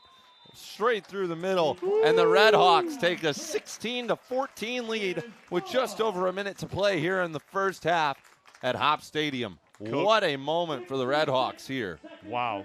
Coach Marshall. That's a gamble and a half. That's going to Vegas, putting it all on black, winning, and then letting it ride. Yeah, guts of a burglar for sure. And like I said, earlier in the game when we were in those situations going for it, but you like your defense. You like the way your defense is playing. And that affords you a little bit more aggressiveness, thinking offense because of that. But, man, you still got to deliver. And what a nice catch by the freshman from Georgia, Claiborne. And he's not a big target. No, he's not. So you better be a good surgeon. And I'll tell you, Jack Behrens is all of that. He's got the power with the accuracy. Looking at the numbers, Ryan Claiborne is just 5'9", 152 pounds out of Evans, Georgia. Yeah, and he's probably closer to 5'8" and 145. Let's be honest, what they do in programs. They had me about 2 inches taller and a good 15 to 20 pounds heavier. For example, now I've this exceeded isn't that. my real Now body. I've exceeded the second part of that now, by the way, I might add. There's a hornet in our booth now. There is. Yeah, right on the window. Somebody from Marquezan High School. Look at this kick. Out of the end zone. Holy smokes. Landed out past the end zone in the air. Yeah, went past the end line. Oh, yeah, we'll take care of him. I'll take care of that. If he doesn't fly out the window down by our camera, out the window, I'll settle up with this guy in 1 minute and 6 seconds. I mean, it's going to be a cage match, I guarantee you. I got money on you, Martin. Thanks, buddy. Fear is a great motivator. Indeed. I'm a lot quicker when I'm scared. You might just have to slide the window. Yeah, but then who knows where he might go too? If we let him, If we let him free, he can terrorize them. Who cares about them? Oh, good point. Here we go. We're the important ones. Play here. action pass. Pressure. Sacked by Gavin Eng. Oh. Hello. And look at him crawl. Hello. Wow. Explosive off the right edge. Boy, not only him, if he didn't get him, he had some reinforcements that were there. They did not buy the play action whatsoever. They were blitzing regardless. Deshaun Smith was right there with them. That forces a timeout by Grinnell. 57 seconds left in the first half. What a sequence of events. The touchdown on 4th and 4 on a gutsy call by Coach Marshall. And then the first defensive play, Gavin Eng sacks for a loss. The nice touchdown run to take the lead by Grinnell, right? Yeah. By, was it Fitzgerald, 25? Yeah. And then, but what changed the momentum? Our running back, Mr. Decker. Hello. That long run changed the momentum. And they were eventually able to go in with a touchdown pass from the 13-yard line to Claiborne from Mr. Wassaw for Ripon. And now the defense follows up. And here we go. Second down, 22. Keaton Fitzgerald in motion. He's going to take it, and he's going to be wrapped up by Gavin Eng, and he's thrown back. Yeah, they're taking it rather personal what he was able to do to them on the last offensive possession with that. That was the same sort of Nice play long that they touchdown. ran that got Off the left Fitzgerald side. the 62-yard touchdown run. Off the left tackle, exactly. Only that time, that offensive line on the left side got blown up. Pioneers going to take their last time out of the half. Yeah, what they're looking at right now is, Or actually, that's a Redhawk time. yeah, because Redhawks are thinking, man, we want to get that ball back. We have momentum. We got the momentum going with us now. And Barron's obviously, and you got the wind to your back as well in the second quarter for the Redhawks. Put the pedal to the metal. Pedal to the metal and don't stop till you see God or the checkered flag. You know, and it's always how these situations start. Initially, it's Grinnell thinking, hey, man, we got time. Let's go down and score again. And all of a sudden, it's like, whoa, we need to burn the clock and get out of here. You know, count our, lick our wounds now and get to the locker room without any more points by the Redhawks. Now the Redhawks, they want to use the clock and stop it. Hand it off to Marcus Sung, and he's going to break up the middle. Good. And he doesn't get the Good first run. down. Nope, not after the sack and the tackle for a loss. It was Would have been a too first. much. Would have been a first down on any other run. Yeah, over 10. But here's the situation. 12. Out to the 27. Fourth down. No way do they go for it here. Down and 8. Ripon letting the clock. Now they're happy to let the clock go after that 12-yard burst. This Hornet's making me nervous. Don't worry. He wants nothing to do with you. He just wants freedom. I'll knock him out. You give him the old Mel Gibson speech. You know, it's funny you say that. I watched that last night. Great flick. It's a great movie. Yeah. Delay the game. Offense. Based on history. Nah. 5-yard Yeah. In fact, Fourth down. here we go. Yeah, I'm sure that's real history. Well, I've read the stories of what they changed. yeah, but it's the essence of them The fighting for Yeah. Scotland to become independent. If they would have made Yeah. if they would have made that story the same way they did, but followed history, the love story between Wallace and the princess would have been very messy. Hmm. Grinnell College in punt formation. Grinnell in punt formation with 7 seconds left. Let's see if the Redhawks can. Oh, Hornet left. Let's see if the Redhawks can. He went out the He ran out the. He went out the window. went out Nyla's window. Yeah. Yeah. She didn't say a word, but she ushered him out. She Good saved job. us. Good She saved job. you. Not Almost a good got kick. to that one. Yeah. Uh-oh, Brady Immel almost fumbled it out, and he gets knocked out of bounds. And that will bring upon the end of the first half. So, the Ripon Redhawks, Treston Decker touchdown run, Ryan Claiborne pass caught for a touchdown, and a safety. And a long 62-yard touchdown run by Keaton Fitzgerald, as well as a quarterback sneak by Bailey for the two touchdowns they scored. So the Redhawks will go into the locker room leading by 2, 16-14. Don't go anywhere. We'll be right back with the second half of this game.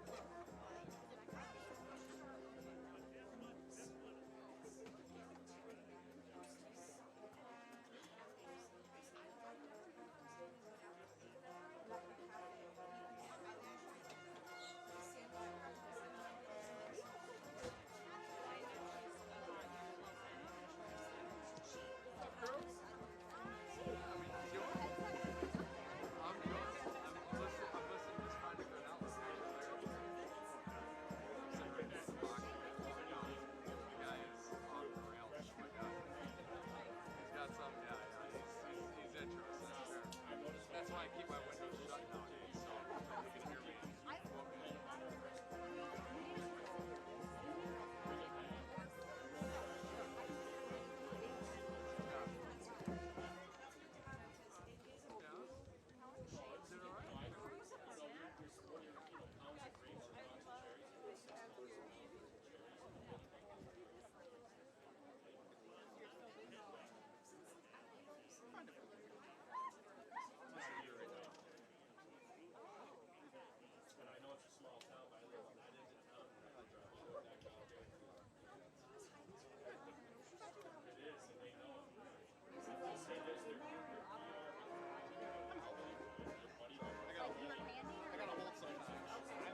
Yeah, oh yeah. Okay. It's so warm. Say that? No? No? No?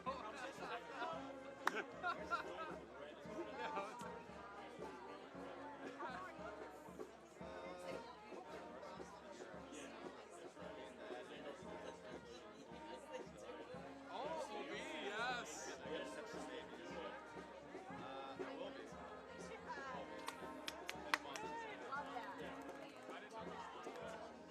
Bring him in the world. There we go. Wake up. You gotta get him breathing. Yes. Yes. Yes, it is something. You gotta, just to get him. No, it's a get the lungs activated. Yeah. Yeah. Get them to cry. Their lungs expand that much faster. Yeah. It's not abuse. It's functional.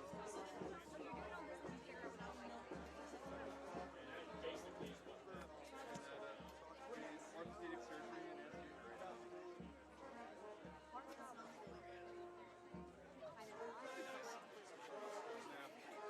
might suck it. He measures. That's all that matters. You want, yeah. You're coming into surgery. I think you want him measuring how much medication you need to knock yourself all day. And what you need to come back up. Yes.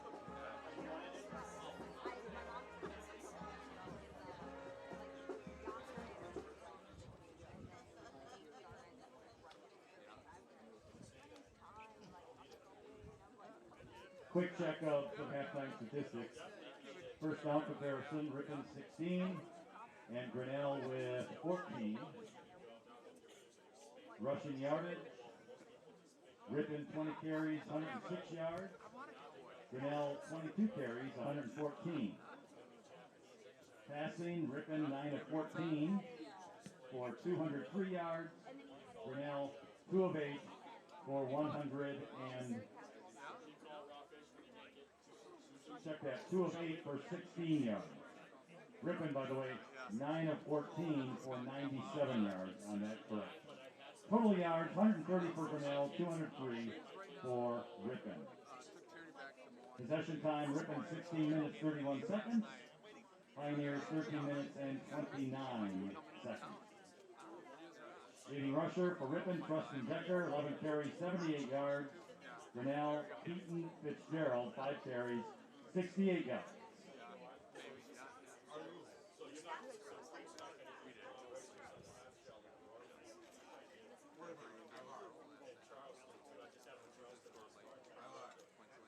Oysters I'll eat raw.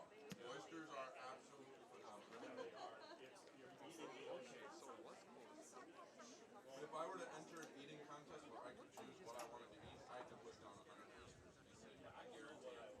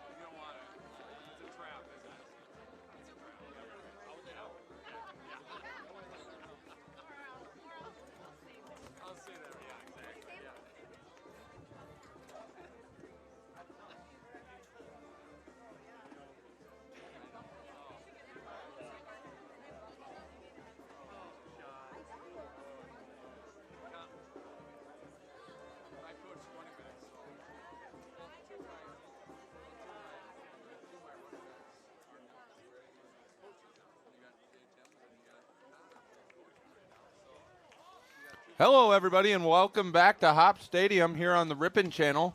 Creed Slattery again here with my partner Martin Ernser. And after one half of football, the Ripon Redhawks, the good guys, ahead 16-14. How about it, Marty? Yeah, it's a game that started out really well for the home team on the first offensive possession, drove down the field, came away with a touchdown.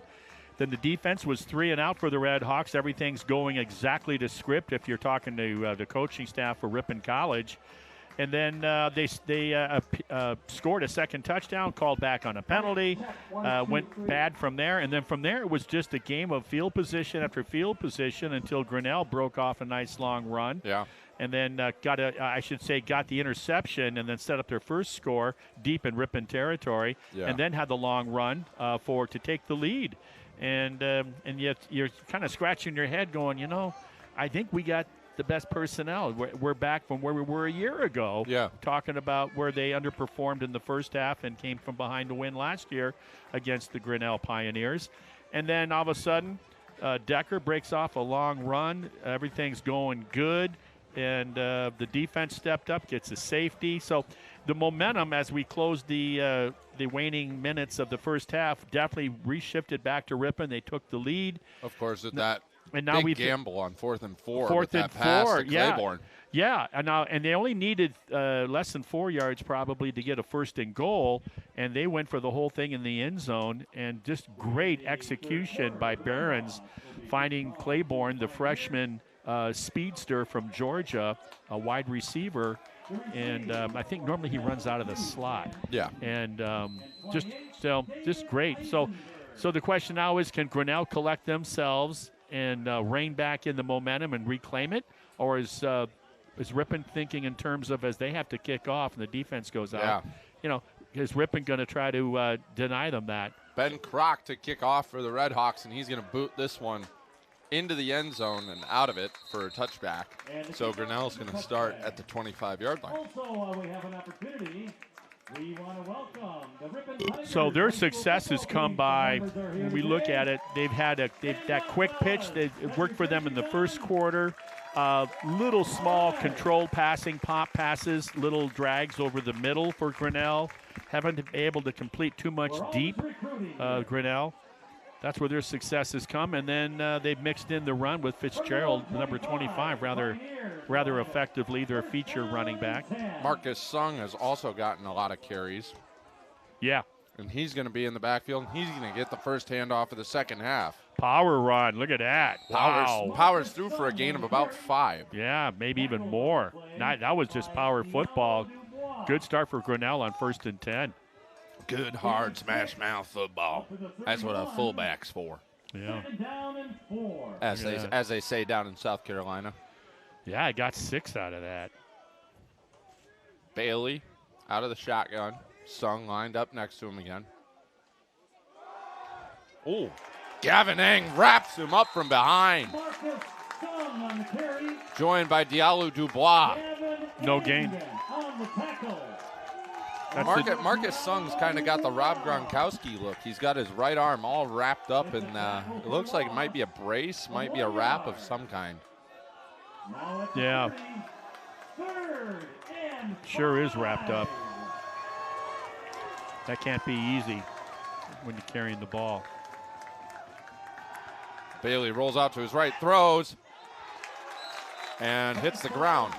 It was intended for, that was number 11. Yeah. Coverage on the play, Lane Marquez. And Marquez for Ripon did a good job of shutting him down. Pass was intended for number 11, Matthew Johansson. Yeah. Sophomore out of Arizona. Taylor.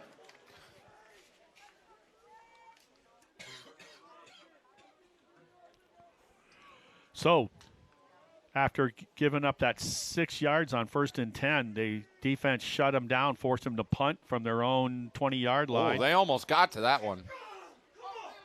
Got over the hill, and he's got a He's great got line a to the lot of outside. green in front of him. He's over the 50. Stays in bounds, just gets to just about the 40.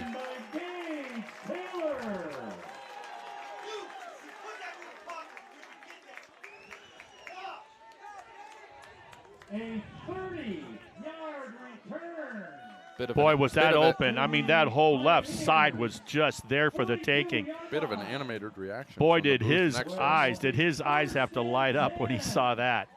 Puts him into Grinnell territory after a fine punt. It'll be Jack Behrens to He's- take the snaps here in the second half. Yeah, I think it was one of those where he basically outpunted the coverage. Yeah. Little confusion on the defensive line for Grinnell. 43 Hand it off to up front. Decker. He's got a hole up the middle, and he's going to take it in for Good. about 3 to 4 yards. Yeah, that's a win for the offense right there. Play by TJ Brayboy. No huddle. 4 to the 38. Second down and 6. Second and 6.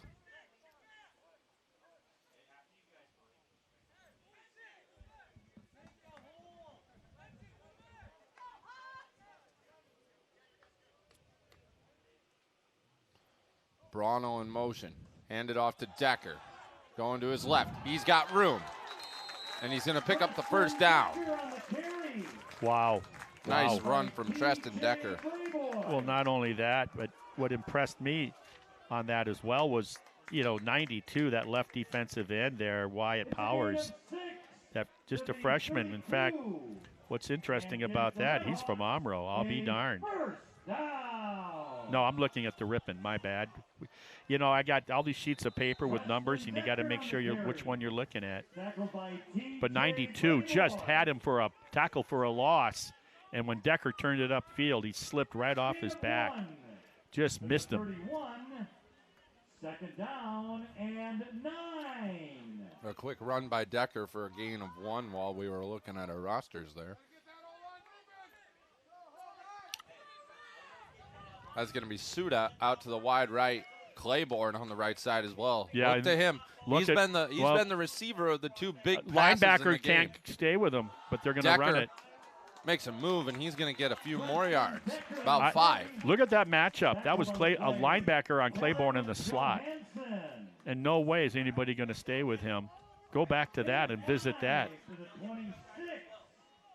Very animated booth to the left of us. Yeah. They're, they had the lead, and they're a little.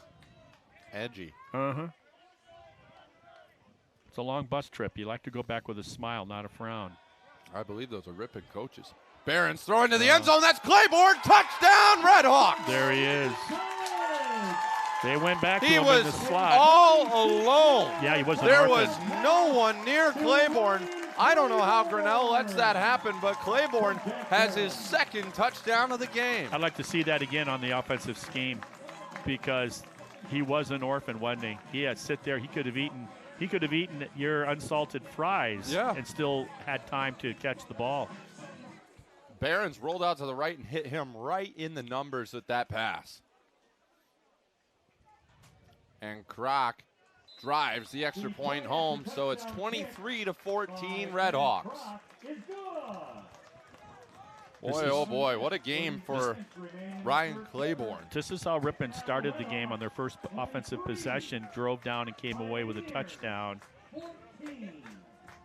And this is how they start the third quarter after the defense took care of business and took away Grinnell's advantage of having the ball to start the second half, forcing them into a punting situation, 3 and out. Nice job.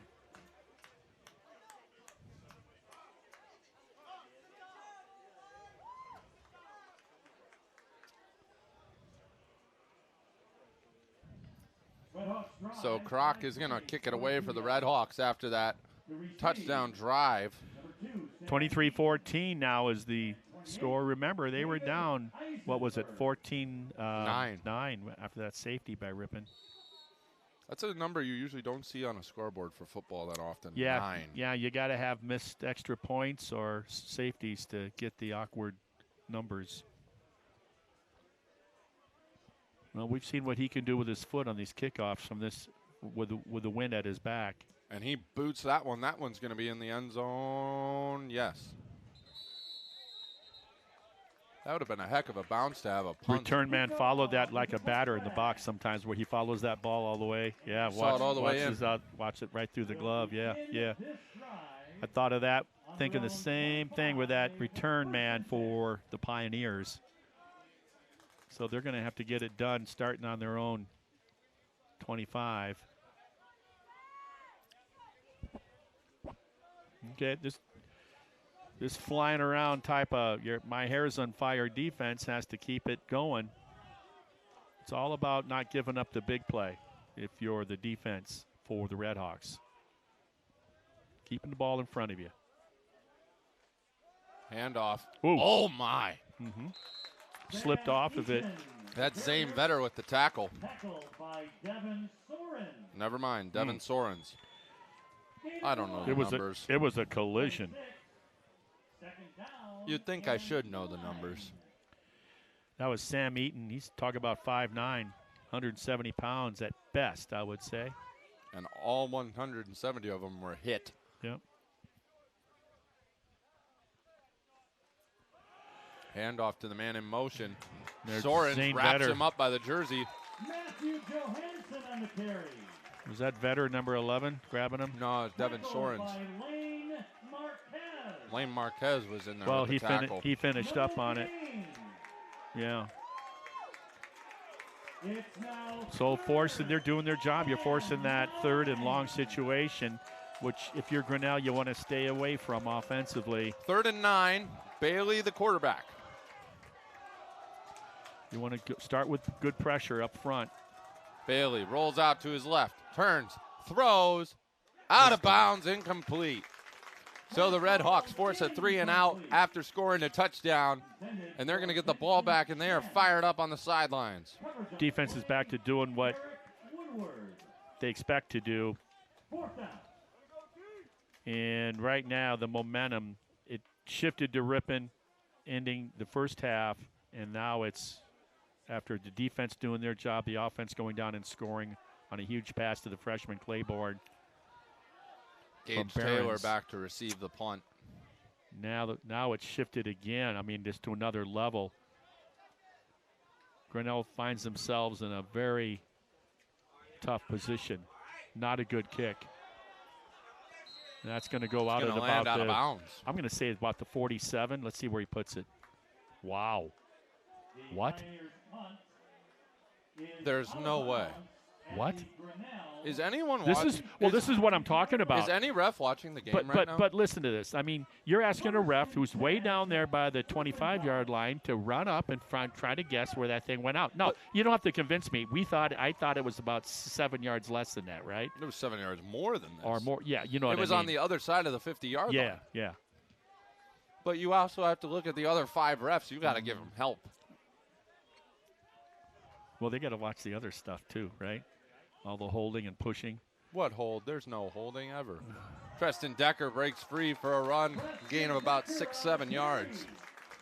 Tackled on the play, Adrian Stubbs. Gain of 7 to the 38. A little quick hurry-up offense here, no huddle. Yeah. They smell blood, Ripon. That no-huddle offense popularized by the West Canaan Coyotes. And that was my 11th guess. And then here they go, quick. Quick dump Look off. out, That's look Claiborne, out. and he's hammered as he caught it. Good read. Good read, and the stock block, he couldn't finish the deal. Claiborne's down. Ryan Claiborne. Yeah, and He's up, but he's limping. yeah, Brandon yeah. Kennicott. Yeah, he's in discomfort, to say the least. That was Tennicott with the hit. He was the guy with the interception in the first half. Yeah, the senior. And he is limping to the sideline. That is not a good sign You're so for the exposed. Redhawks. You know, you're just so exposed on that. What a nice defensive play it was to get the blocker off, shed blocker, and then arrive just as the ball does.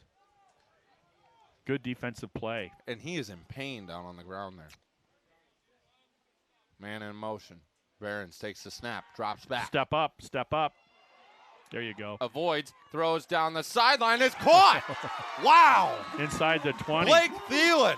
What a throw from Jack Barons as he was hit and wrapped up by the ankle. Is he okay? I'm just looking at him. Looks a little. Yeah, he's going ginger. He is running ginger. gingerly. That is a heck of a play by, He stepped up beautifully. by Jack Behrens. He had bookends coming down, stepped up, and then when, like you said, then the third guy wrapped him up on the legs on the release. Bryce Brano All coming arm in. strength by Yeah. Behrens, and he's hurting. Behrens is not 100% right now. I No. can see it in his legs. He's very ginger Brano in on his motion. weight. Hand it off to Decker. He's got green grass. He's got a gain of about 6. Yeah, he's limping. I'm telling you that right now. Hopefully it's just something that he's just going to get just going to get better as he stands out there. But you got a long season in front of you, too. Another 7 games after this. Well, the good thing about this is there's a bye week after this. Yeah. So you got about 14 days to rest it up. Yeah, as long as it's not serious right now. Yeah. If he's still out there, he should be okay. Well, remember, when he tore his knee, he kept playing. Another handoff to Decker. He's got Look a at hole. that. Spin move, brought down, but he's going to pick up the first down. Inside the 10. It'll be about first and goal, just inside the 10. Probably call it around the 9-yard line. This would be huge right here in terms of going a long way to determine the outcome of this game. I know it's early in the second half, but with the momentum going up already with the lead of 23-14, and the momentum shifted huge. Give a lot of credit to that Ripon Redhawk defense, too.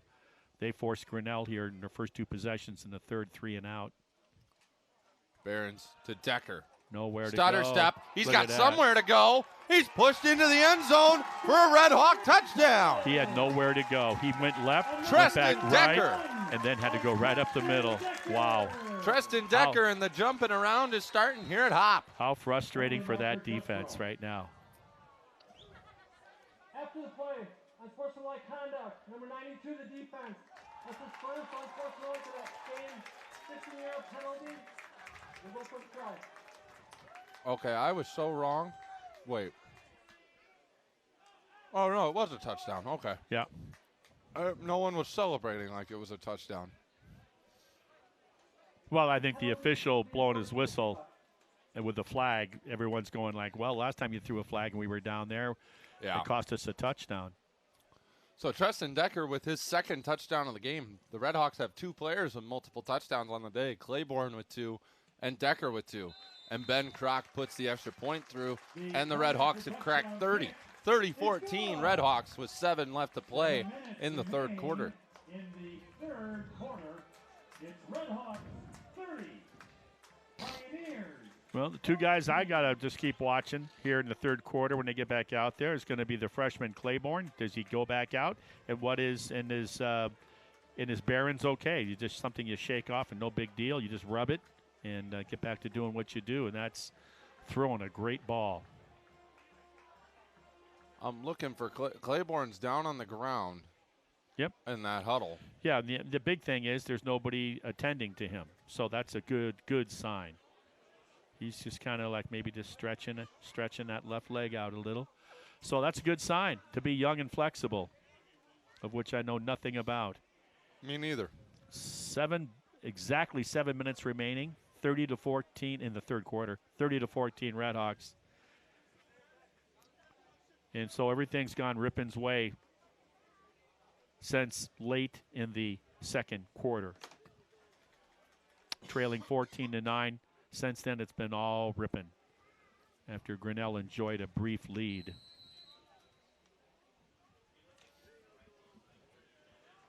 So bye week next week.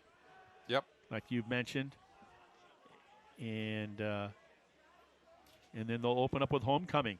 Yeah. And Lake Forest, of course, is the real deal. A little bit of a pooch kick because of the caught. Yeah. Fair catch. Down at about the 3-yard line. And that, so he gives himself up, I guess, and so you get to spot it at the 25, right? Yeah. Sisyphine football. Catch the ball and run it out or let it go into the end zone. I tell you, you're you're a return guy back there, and sometimes that ball is, inside that 10-yard line, maybe inside that 5, and you're trying to figure out, well, do I let it go and it goes in the end zone, or if I catch this and when I get tackled, I'm going to get my butt chewed out when I get over to the sidelines. Man in motion. Gives it to Sung. He bullies ahead for 4. Good run. 2nd and 5, and that's what they did last time, right? They started out with their big guy going 6 yards on 1st and 10 and bringing up 2nd and 4, and then it headed south after that with Ing and company just gang tackling and mauling the offense the next 2 plays. Another handoff to Sung. Another gain of about 4 to 5 yards. Yeah, he'll be just short of a first. That time off the left side. It was more A gap up the middle on the first one. Gain of 4 to the 34. 3rd and 1.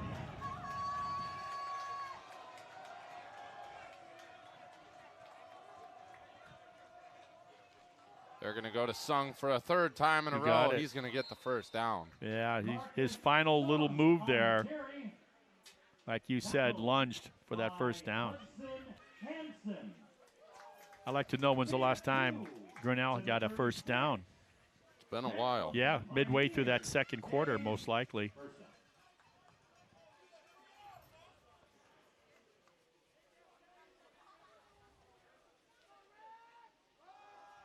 Oh, missed a tackle for a loss, turns it into about a 6-yard run.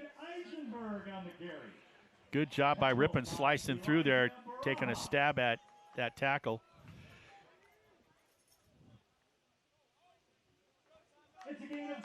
Good effective run by the young man. 2nd down and 4.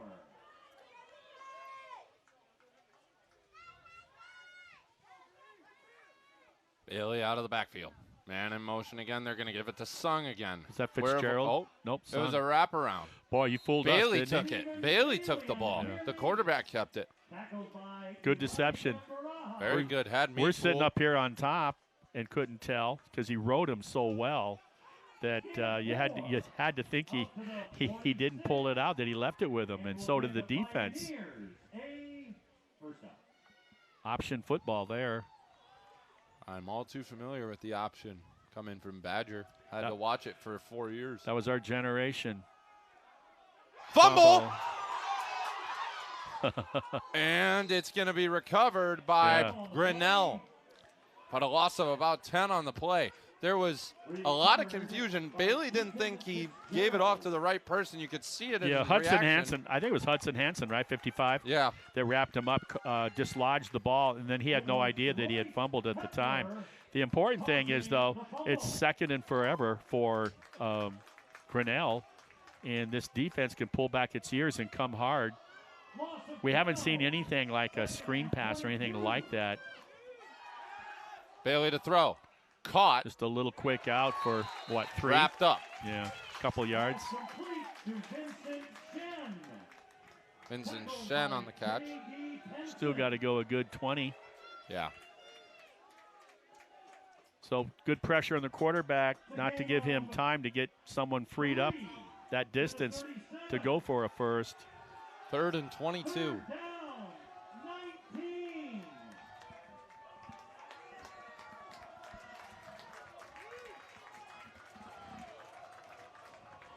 Third down along 19. What's this play going to be? Pressure's good. Bailey throws deep and overthrows. Yeah. So they're going to be forced to punt here. After one first down, it's rinse and repeat. So let's think about this. Their first 3 possessions of the third quarter, 3 and out by Grinnell, 3 and out by Grinnell, first down, and then 3 and out by Grinnell. So the defense has very much figured things out here coming out of the locker room at halftime.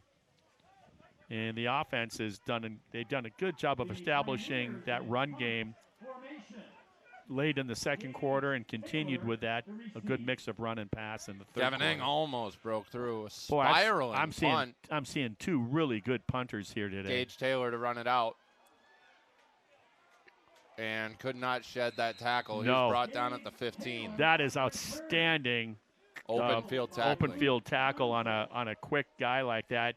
You have nobody. You have no help. It's one-on-one, and to do what he did, he stayed home. He didn't bite on the jab step and stayed home and brought him down. Nice job.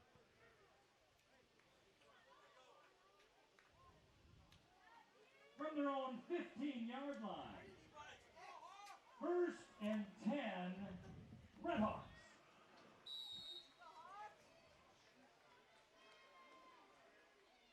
Man in motion, that's Immel. Quick dump off to Immel. Immel's got green grass to run. Sheds a tackle down the sideline. Flag on the play. Shoot. Brought down after about a shoot. gain of 20. Actually, a gain of about 35. Yeah, Immel, very deceptive speed. We saw that last year when he came in and played for the injured season-ending knee injury to Jack Behrens. And unfortunately, I think this is coming back on a legal block. Hold, they're calling. 14 to the offense. Half the distance to the goal. So instead of a 1st and 10 at about your own Hold on. 45, you're going back. The Redhawks are confused here on this. The penalty is on 88. Okay, so now they're going back half the distance on that holding call. The original call was for a number that wasn't even on the field. That's why the Redhawks were confused. So it was a stock block out there, and when you're doing a stock block, you're all by yourself. You're on an island, and you're there for everybody to see you. And if you you grab and you block beyond what's allowed, everybody sees it. Too bad. But to see the backup quarterback be able to scamper like that in Immel. Now straighten some things out here.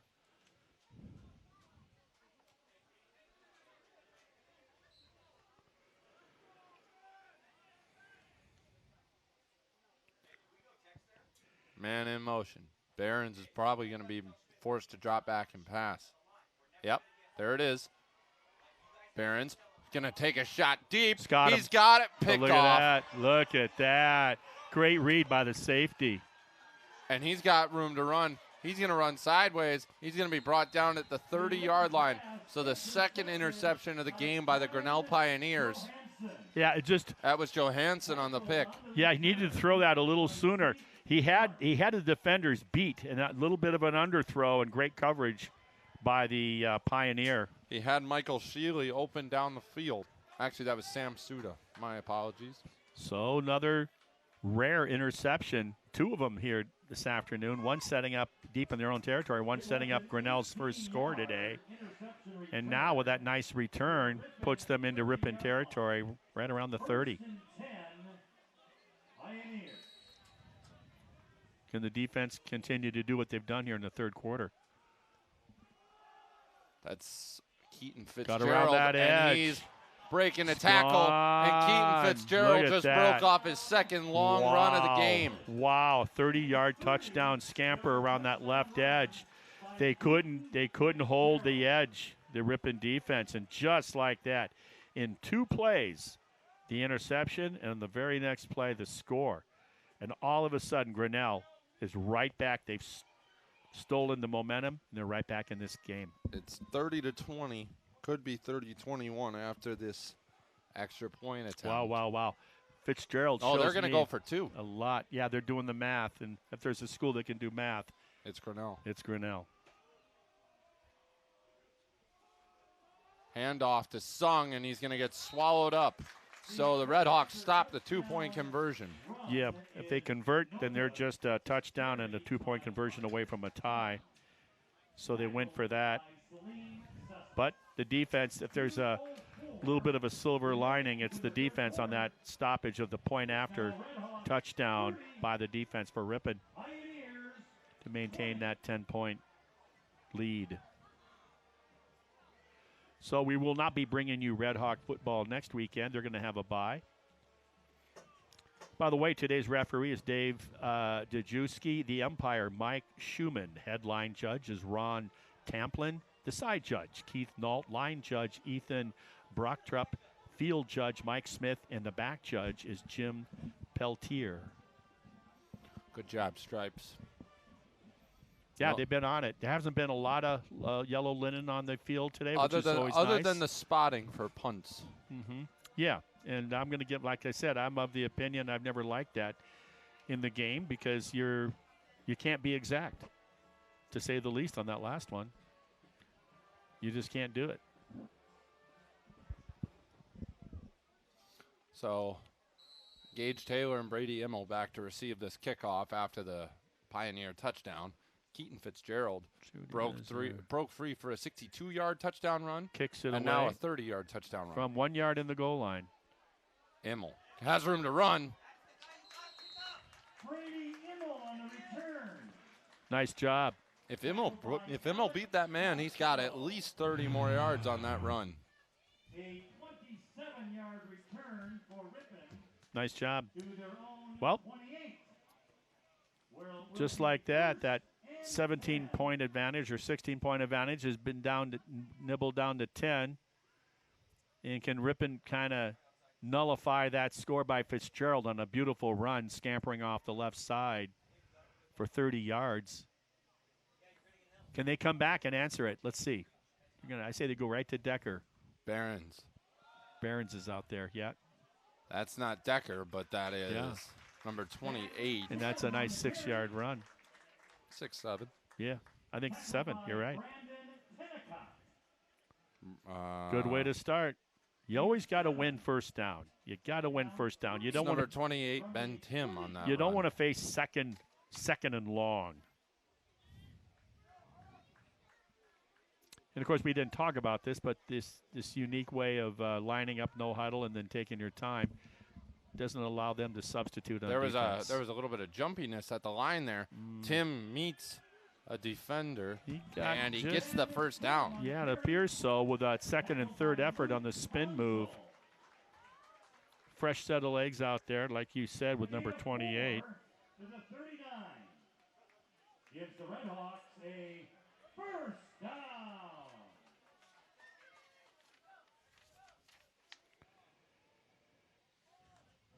Ben Tim, is he the freshman out of Campbellsport? Yep. Barons rolls out Fake- to the left Fakes to Tim. and through the fingertips of Blake Thielen. Hopefully I'll have a chance to talk to Coach Marshall this next week. I don't see why not, right, with the bye week and all. Yeah.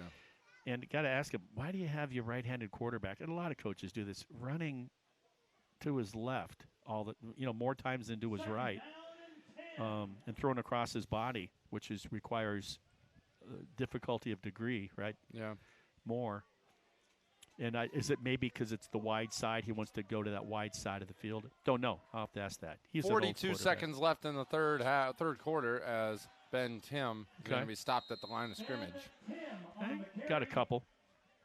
And third and long.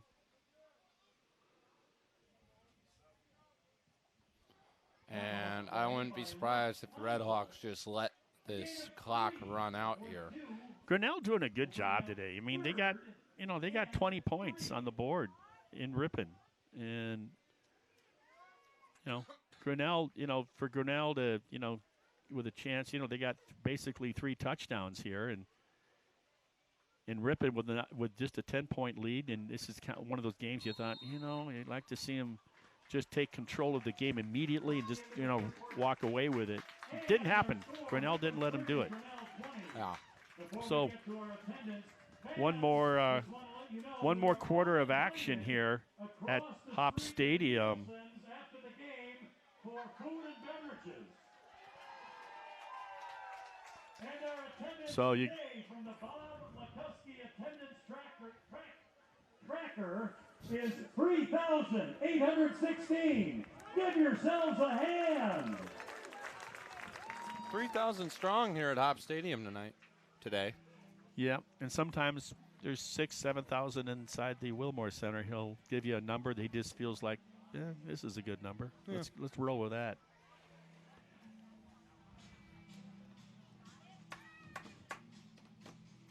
So one more quarter of action. Marty, I know it's not a football question, but do you know who his closer had this as his walkout song in the majors? The song is Enter Sandman, by the way, for you listeners if I you don't- can't hear it. Yeah. I do not. Mariano Rivera. Never knew that. I got to believe, he's been out of the game for how many years now? About 11. Was Was there that kind of music before him that when the closers would come up? Because what's his name with San Diego, and then we got him. Trevor Hoffman had Hell's Bells. Hell's Bells, the AC/DC, right? Some guys had walk-up songs. Robin Yount had Rockin' Robin. Rockin' Robin, yeah. As my dad always said. Which isn't nearly as imposing a song. Hey, when you win 2 MVPs, you can have whatever you want. Almost. Oh, he almost threw his 3rd pick of the game. Yeah, and basically a collision with his teammate is why he didn't do it. He was going to pick that up off the carpet, overthrew his intended receiver, and Barons gets away with not throwing a 3rd interception, and it brings up 4th and punting situation. And we're going to go back to a field position game. Notre Dame quickly up 14-7 on Purdue. Boiler down. Good snap. High punt by Travis. Yeah, he's a nice punter. Calls for that fair catch. Ooh. He just had to get out of his way and excuse me, almost had to dislocate his hip to avoid the contact, didn't he? That was number 22, Caden Jacobson. Yeah. He almost rammed him into the turf. Which would have been 15 yards. Well, if he didn't fair catch it, it would have been one heck of a hit. Yeah. So, no mistake by Ripon. That's the good news. You always have to imagine what goes through having never played football myself, what goes through a punt returner's head when he doesn't fair catch and he's waiting for the ball to come down. What you're doing, you're taking a quick look before, and that's when you're making that decision. Am I going to put my hand up or try to return it? Fitzgerald is going to be brought down just after the line of scrimmage. Hogtied, I think, by 43 for the Redhawks.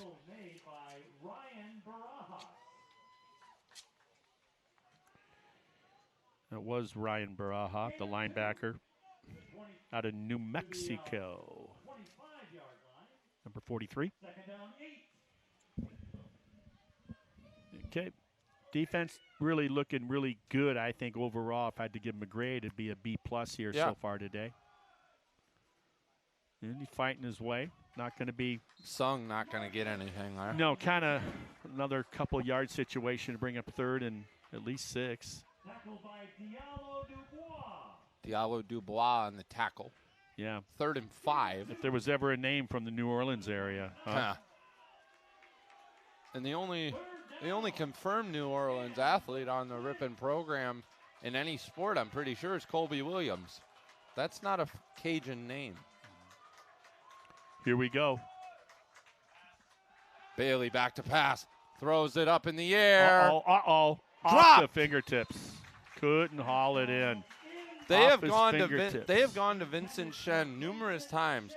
It's either been a misread route or a drop. Yeah, and he had his men beat. He had the Redhawks beat. Where he missed it was Fitzgerald on the swing pass down the sideline. Yeah. Fitzgerald was all by himself, and I know he's a little frustrated. But having said that, with double coverage, he still had him beat deep the intended target, and it was just off his fingertips. What a difference that would be. Ripon only up by 10. Oh, almost got the punt. And there's the flag, bringing it back. Well, this is all for Gage Taylor. This is all academic here because it's coming back. With a good return.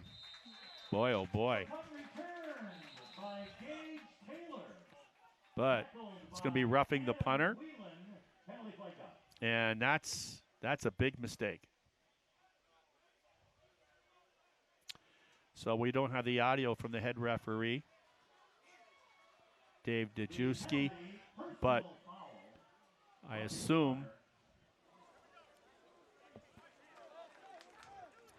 Let's see how they rule it.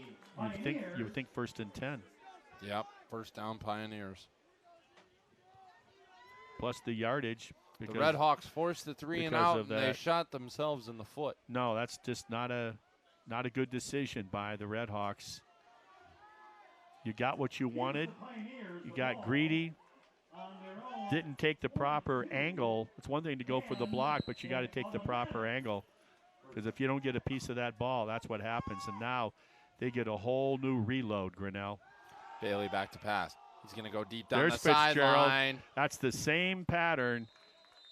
Oh, that's not Fitzgerald, though. That's 15. That's the same pattern they ran before. They'll call it a wheel route. That was a good. bottom. That was good defense by Elante Fleming. Coverage was right on him. Elante Fleming. That was good. Good defense on good pass coverage down the right sideline. Oh yeah, he was stuck to him without interfering. He was right on his hip. He essentially made it so that if he tried to catch it, he was going to run into him. I think they saw what happened last time on that slide overthrow. Yeah. Where they had to punt, and they said, "Hey, this guy was wide open." Well, Ripon made a nice correction. Flags 3 everywhere. flags fly. Yeah, yeah. You got to believe that's against Grinnell. Yeah. Unless Ripon lined up off sides, you got to believe that's illegal motion. You would think. The offsides wouldn't have had a flag thrown from the ref in the back. Probably not.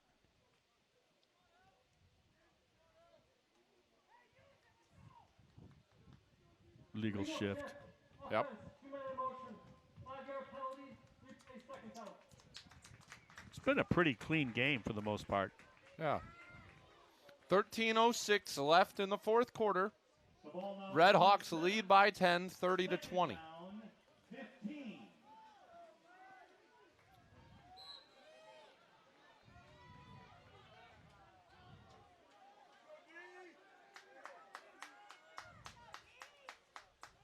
Fitzgerald. Nice.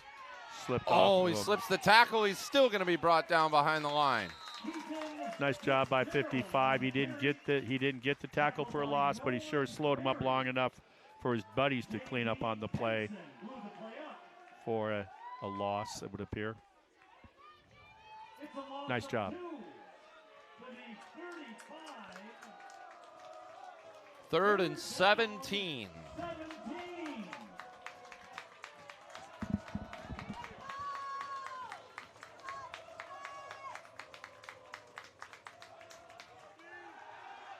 Bailey back to pass. Boy, Hit as he get throws. Picked off. Was he in bounds? Oh, didn't get his foot down. Nope. Good pressure. Boy, did they meet at the quarterback. They made him an Oreo sandwich. Woo. Both defensive ends for the Redhawks collapsing just as he released that ball. That was Eric Woodward out of Judah, Wisconsin, the freshman.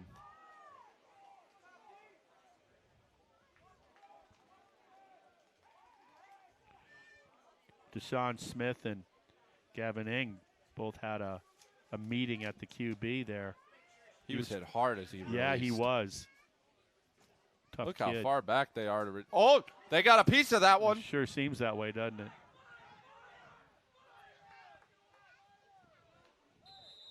They got a piece of that one, and the Redhawks are going to start at the 28-yard line. Yeah, I don't want to be the guy that ran into the punter, gave him a whole new set of downs, and then on the next ensuing punt, do the same thing. No, I'm not going to touch that hot stove a second time. Depends on how good the steak is on the stove. Well, I'll touch that's it. deep. I'll touch it a second time. That's deep. Yeah. I'll touch it a second time if it's a good ribeye. Here we go.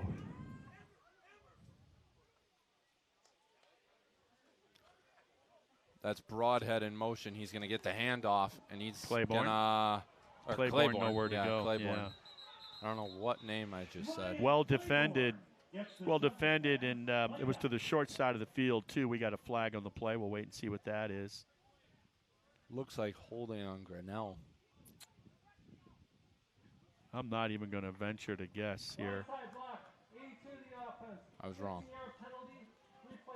Field judge saw holding on the offense. Blindside block. Okay. Zeke Clark. So when you're out of the tackle box, you can't do that. Yeah. And the field judge saw it. So now the Redhawks are going to move back to their own 15-yard line. So you have a tackle box where you're allowed to do that type of blocking and physicality. so many yards on either side of the line of scrimmage and so many yards down, and he was outside of that, and therefore it was illegal. First and offensively. 24 for the Redhawks. 11:49 left to play. Wow. Once again, the Redhawks with a 10-point lead. So you'll want to see, you'd like to see, think in terms of, 10 yards increments here, and he goes conservative play, call up the middle for a few. Kevin Tortolero on the carry. Tortolero on the carry. Tackled by Luke Consul. Luke Council, hopefully no relation to that Trader Craig on the tackle. Yeah, that's okay, though. It seems to be working out. Well, okay.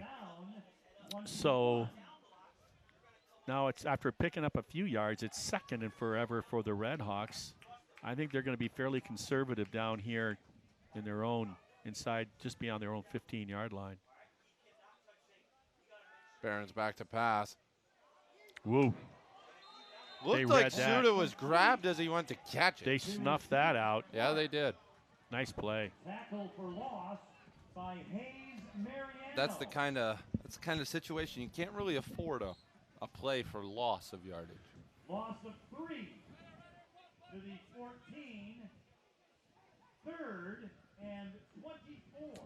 Third and 24. Not a good situation. You're deep in your own territory, needing a lot of yards, over 20 of them. Trips left for the Redhawks. Look for a conservative call here. Yes. Handed off to Tortolero. Breaks a few tackles, brought down, barely got 5. Going to go back to field position and kind of lean on your own defense. Good job by Grinnell, not giving an inch, not budging. Ripon kind of hurt their own cause with the penalties, too. Brings up 4th down.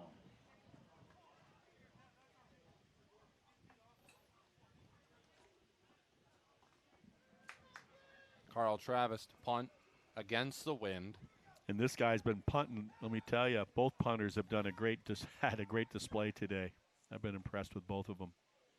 And there's been a lot of it. That one doesn't have a lot of distance behind it. Nope. Oh! He muffed it! Out of bounds. Who had control? A flag on the play. Yeah. A bunch of action going on. He muffed the punt, and now you have to wonder if the refs are saying the Redhawks interfered with his ability to catch the ball.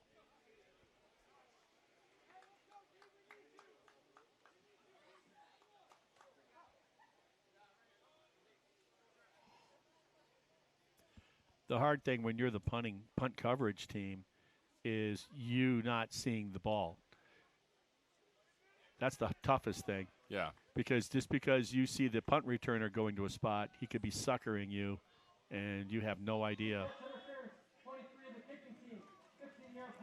Ouch.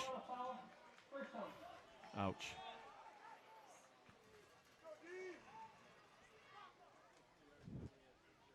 $15 yards added on to that. So there's been some key penalties on roughing the punter was one. And now here interfering with the right to catch and field a punt. Special teams, Ripon's had some penalties that have hurt them, hurt their momentum. Bailey back to pass. He's going to go towards the end zone, and he overthrew him again. Bailey on these deep balls has not once hit his man in stride. No, he's been missing his targets. And not going to the big tight end, it looked like, and he broke off a sort of a skinny post from his from the left side, and he was open. It was the right. I'll tell you, it was the right play. They just didn't execute the throw and the catch.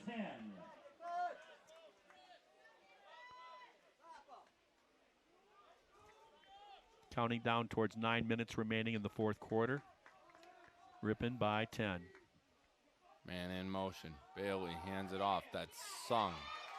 Ing brings him down. Wrapped up by Gavin Ing. About a 3.5, 4-yard gain. Sort of a bear hug, whipping him down. It's a gain of 3. Grinnell still very much in this game for sure, with possession on the 32-yard line of Ripon. A touchdown here would really tighten up this scoreboard. Keaton Fitzgerald. Yep, there's a guy. Kicks to the And he outside. gets it, and Flag on the play. 2 flags on the play. Yep. Keaton Fitzgerald Generally holding. on the carry. Like I said, anytime you see that, it's generally holding. Once in a while, someone gets an inverted hand on a face mask against the defense, but you got to believe it's something against the offense typically, unless there's multiple penalties. Holding. 28. 10-yard penalty from the spot of foul. Replay. Third down. There you go. Running back guilty of the hold, trying to free his teammate Fitzgerald to the outside, who was bouncing it to the outside. With a penalty, the ball marked back to the Ripon 40-yard line.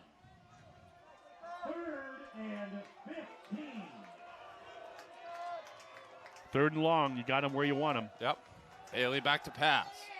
Lets one fly. Knocked away at the last Batted second. down. Uh-oh. Yeah, well, I think he Oh, landed on his tailbone. Number 7 was the one that defended it, slapped the ball away, preventing a touchdown. And I think it was him that shaken up. Elijah Barajas and Gage Taylor. Officials timeout for an injury.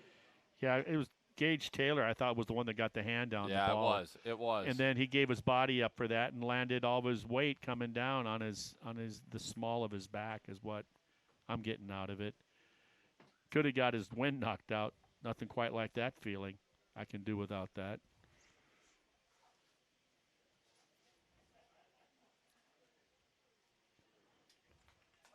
Yeah. Had to collect himself. So good defensive play.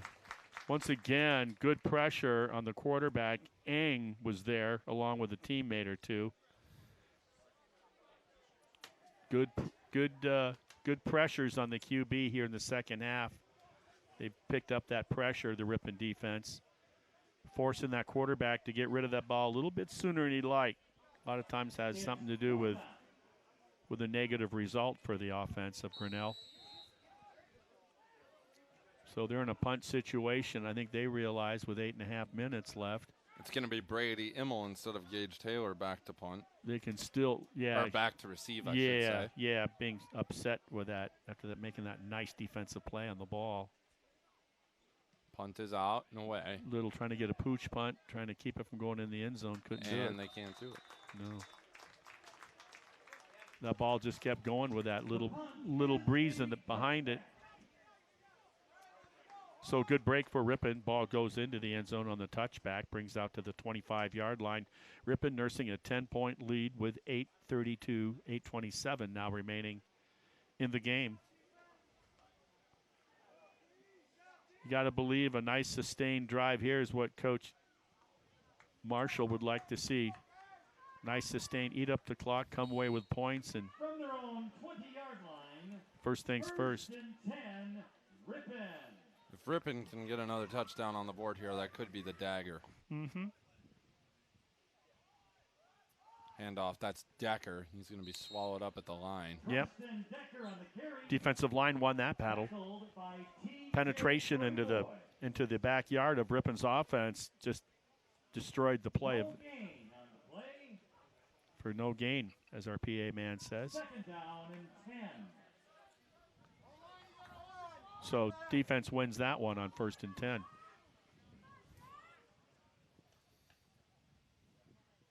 Two men in motion. Braunel. Reset. Barons. Waiting. Get hole. Came off, slipped off his hand. That was a good spiral still. Yeah, he had his target open, just slipped off his hand. I've talked earlier about having him rolling out to his left, thrown across his body. That time he just had to just step out of the pocket a little bit to his right and set. And don't you know, the darn ball slips off his phalanges. Good word. What did we come up with last year? What did we find out the actual shape of a football was? You remember that? I'd have to look that up. It was like a dodecahedron or something. Yeah, right. It's a crazy name. It's nothing. It's nothing I would name a child. It's like optometral something.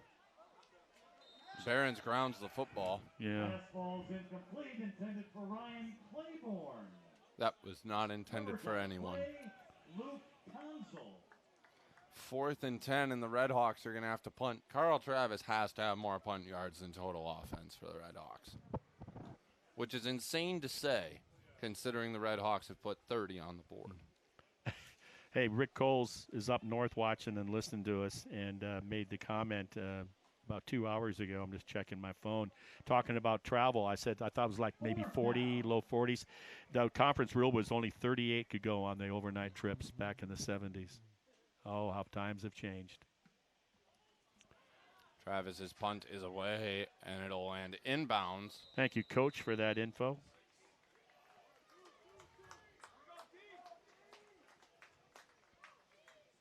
The Ripon punt out of bounds at the Ripon 46-yard line.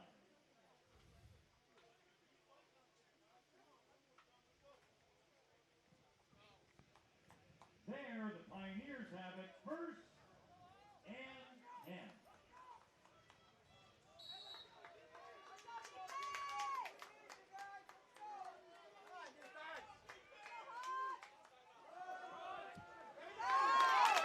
Wrapped up at the line of scrimmage.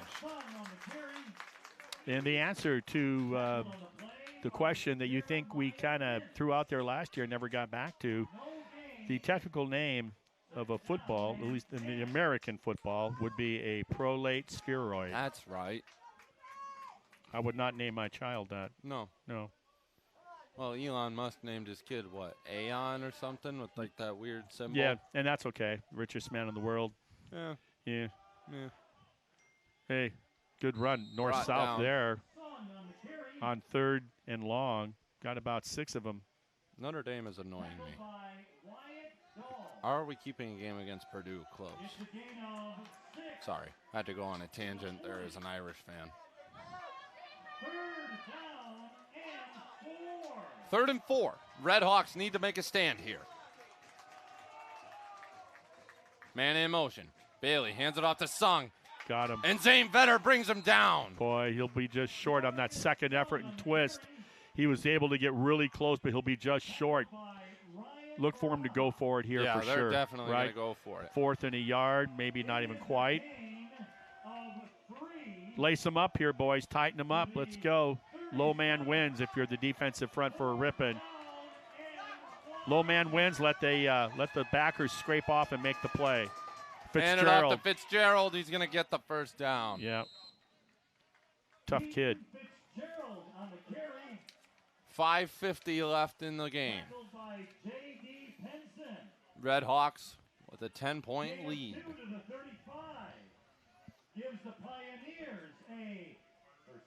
Well, if there's any silver lining, Keaton Fitzgerald, he's a senior from Hollywood, California. He went to Notre Dame High School. Throws it Here's the deep deep. one. Jump ball. Oh, that's a push-off. Yeah, he did. And Yeah, there's there the it is. flag. Yeah, he did push off. He knows it. Nice job. A late Right in flag front of the came ref. in. I thought that was going to go uncalled. No, sometimes it takes a little while because you got just that thing tucked into your waist, just that little bit of that yellow. And That's interference. good call. On the offense. That was Vincent Shen. That's the first ball How frustrating. that they have connected to on him, and it took a penalty for it to happen. Yeah, and how frustrating for Grinnell to, that quarterback finally gets a long pass off without Ing putting him on his back or somebody else. And now he's back at the 50-yard line when you thought you had 6. There's some frustration.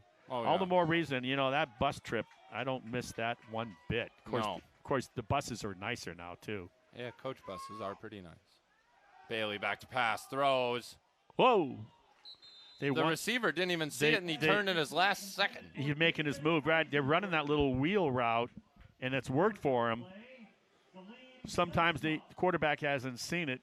It was there. Like you said, he turns his head after he made his move along the sideline, looked up, and it was already on top of him, wasn't it? Yeah, it was. Almost pulled it off. all these big offensive linemen looking at their wrist, looking to figure out. I'm trying to figure out, what's for dinner or what's Second what's and the 25. blocking scheme. Second and 25. Probably the blocking scheme. Ball on the 50-yard line. Look Shovel.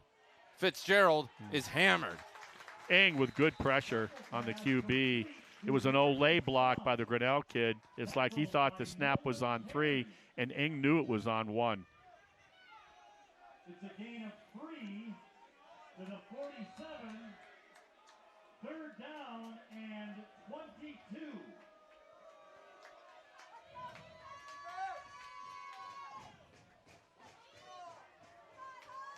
Once again, you can feel our booth shaking. Boy, The fans knocking on the stands. if I'm a sack guy, I'm eating this up right here on 3rd and 23. Throwing over the middle. Oh. Incomplete. Yeah.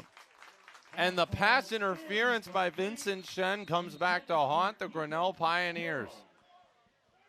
Coverage on the play, Nolan Perry. And what was so important on that offensive pass interference call is that the defender for the Redhawks did not react accordingly, and then we would have forced that ref, if anything, maybe to call it offsetting. Yeah. And so that was huge.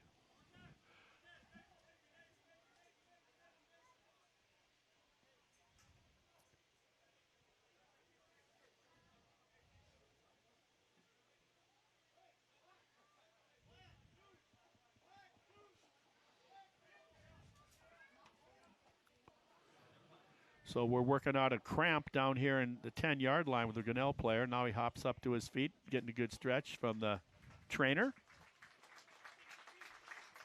And that was a cramp. I never got an applause anytime I cramped up as a kid. Yeah.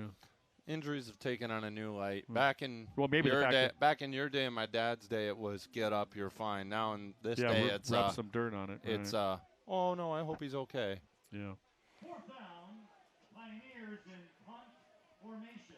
Just under 4.5 minutes remaining. 30-20, Ripon. I would have to say you might want to watch for a fake, but not going to happen there. Right.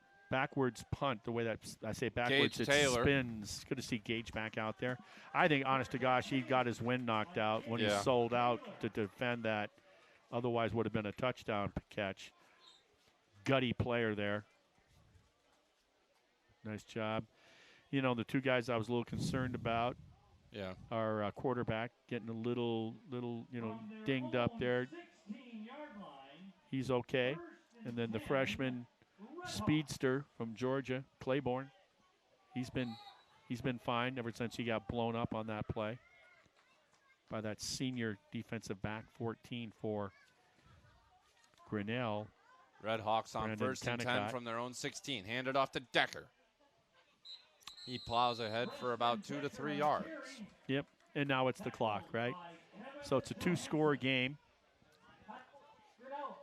Clock's not running, so they took their timeout. Grinnell took the timeout.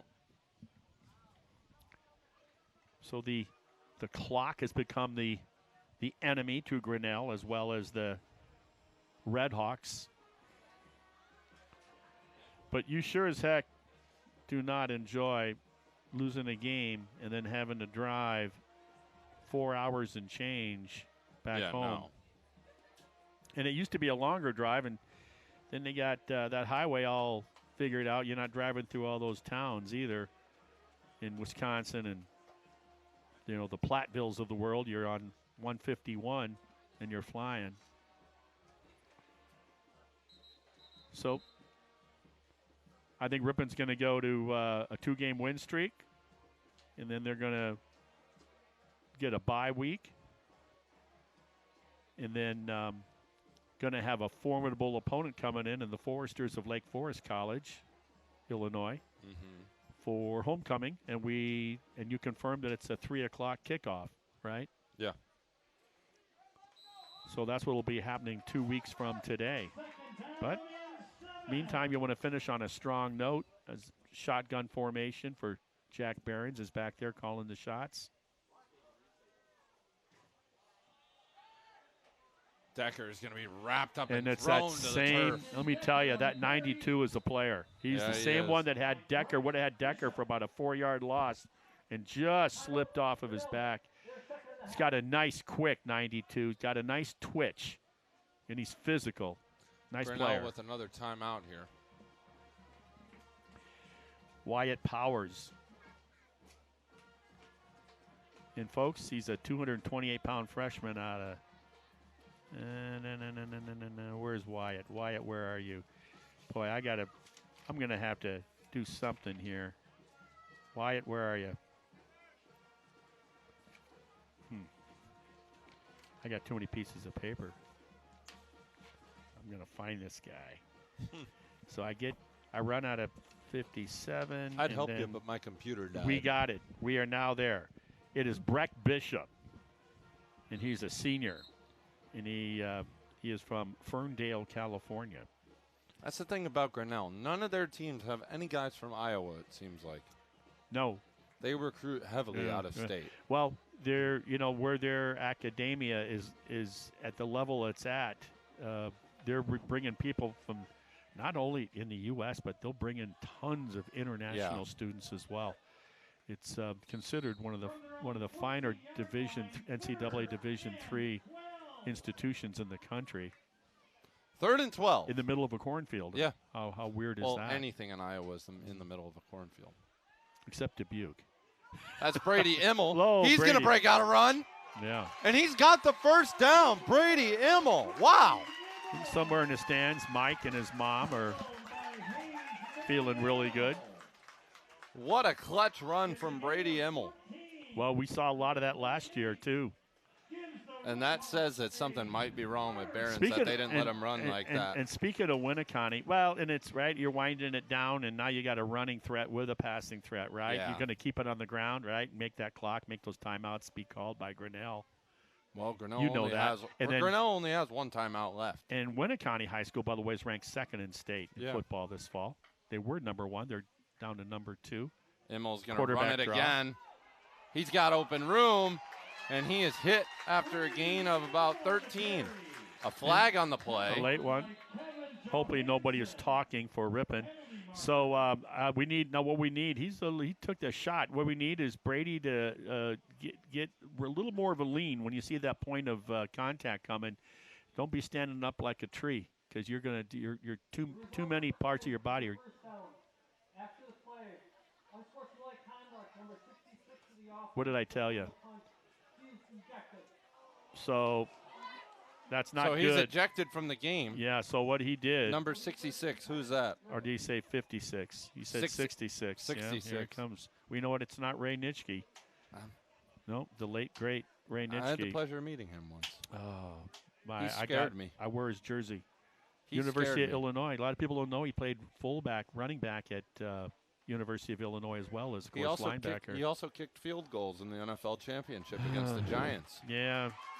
Paul Horning was a kicker. People don't know that. Don Chandler was the go-to guy normally. Paul Horning, Notre Dame Fighting Irish. 1957. Heisman winner. So we don't know what was said or what was done, but obviously well out of bounds of what the referees saw. There was no hesitation on that decision. So Immel's back to where he started from. 1st and 10 on the 27. 2:55 left in the game. Here's the snap. Immel going to take it on a draw. He's going to get a gain of about 1, maybe. I have an on-field Paul Horning autographed jersey. I had him sign it, the late, great Horning. So another timeout, of course, no surprise there with Grinnell. Desperately trying to make something good happen with less than 3 minutes remaining. Ripon nursing a 30-20 lead. So I think Grinnell has the bye week as well. Yes, they do. Okay.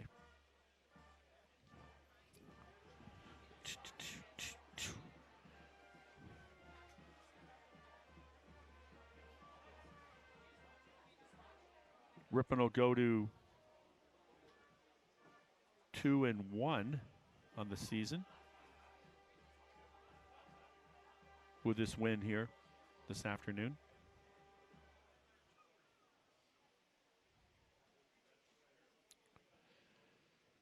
Chris Schumacher, Director of Athletics. I did get a chance to talk to him today.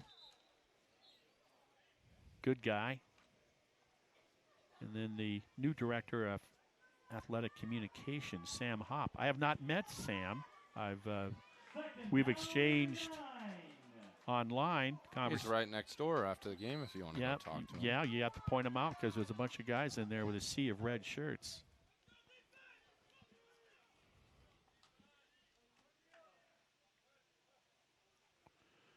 Going off Immel's going to take it himself once more.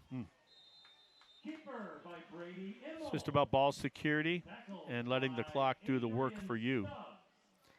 Once again, the Redhawks have all the timeouts. Grinnell has none. So now Ripon is in control of the clock. I doubt they're going to put the ball up in the air here. They're going to let that clock tick, keep it on the ground. They'll work that right down to the snap, and then punt team get ready. 5 seconds on the play clock. They'll take a timeout then, or they're going to let, they'll take the timeout to prevent the 5-yard delay of game call. 2-minute warning is also 5 minutes away. Yeah. Or 5 seconds away. 2:05 remaining.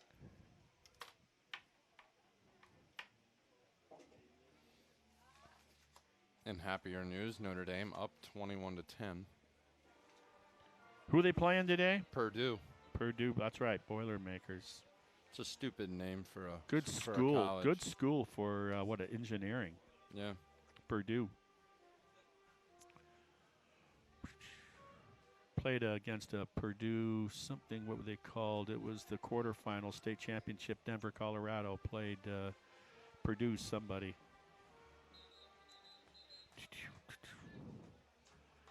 So this game moved along pretty well, and then she slowed up here with all the timeouts, and real time is rather lengthy here for in the last 5 minutes of play. Ripon will get out with a win today, it would appear. 3rd and 7. Keep this on the ground, I would assume. But you never know. Low snap. Immel takes it out. Room to run. Flag. Yeah, he's just about a half-yard short of the first. And like you said, we got a head referee throwing a flag. It's going to go against Ripon, it would appear, unless someone. Holding. Mm-hmm. And it's the clock more than the yards. I wouldn't be surprised if they turn the penalty down, take the down, and bring out the punt team. I got to believe he'll decline the penalty, Coach Barnes, for Grinnell. He needs the ball.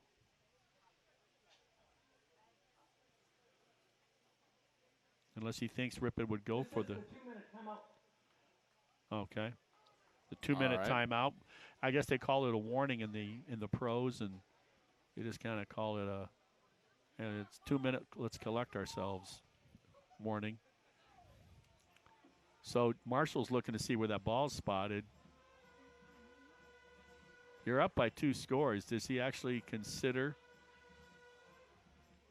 on your own around the 35-yard line, a little beyond the 35-yard line? 61 to the offense.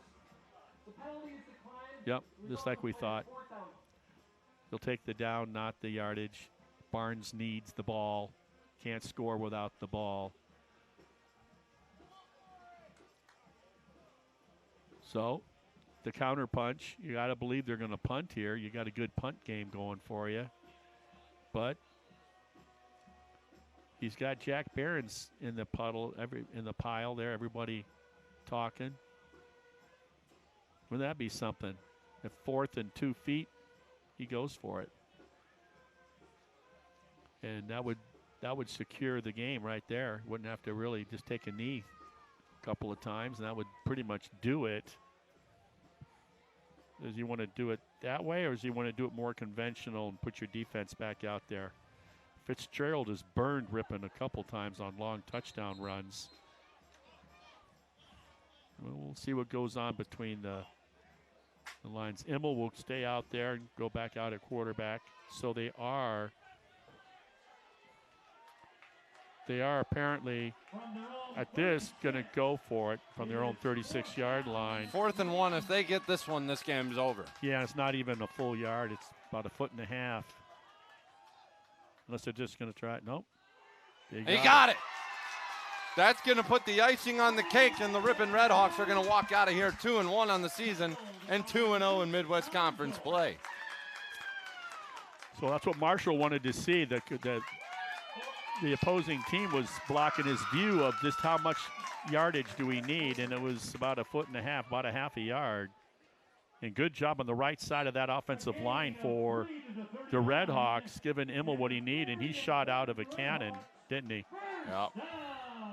And they're going to take the victory formation.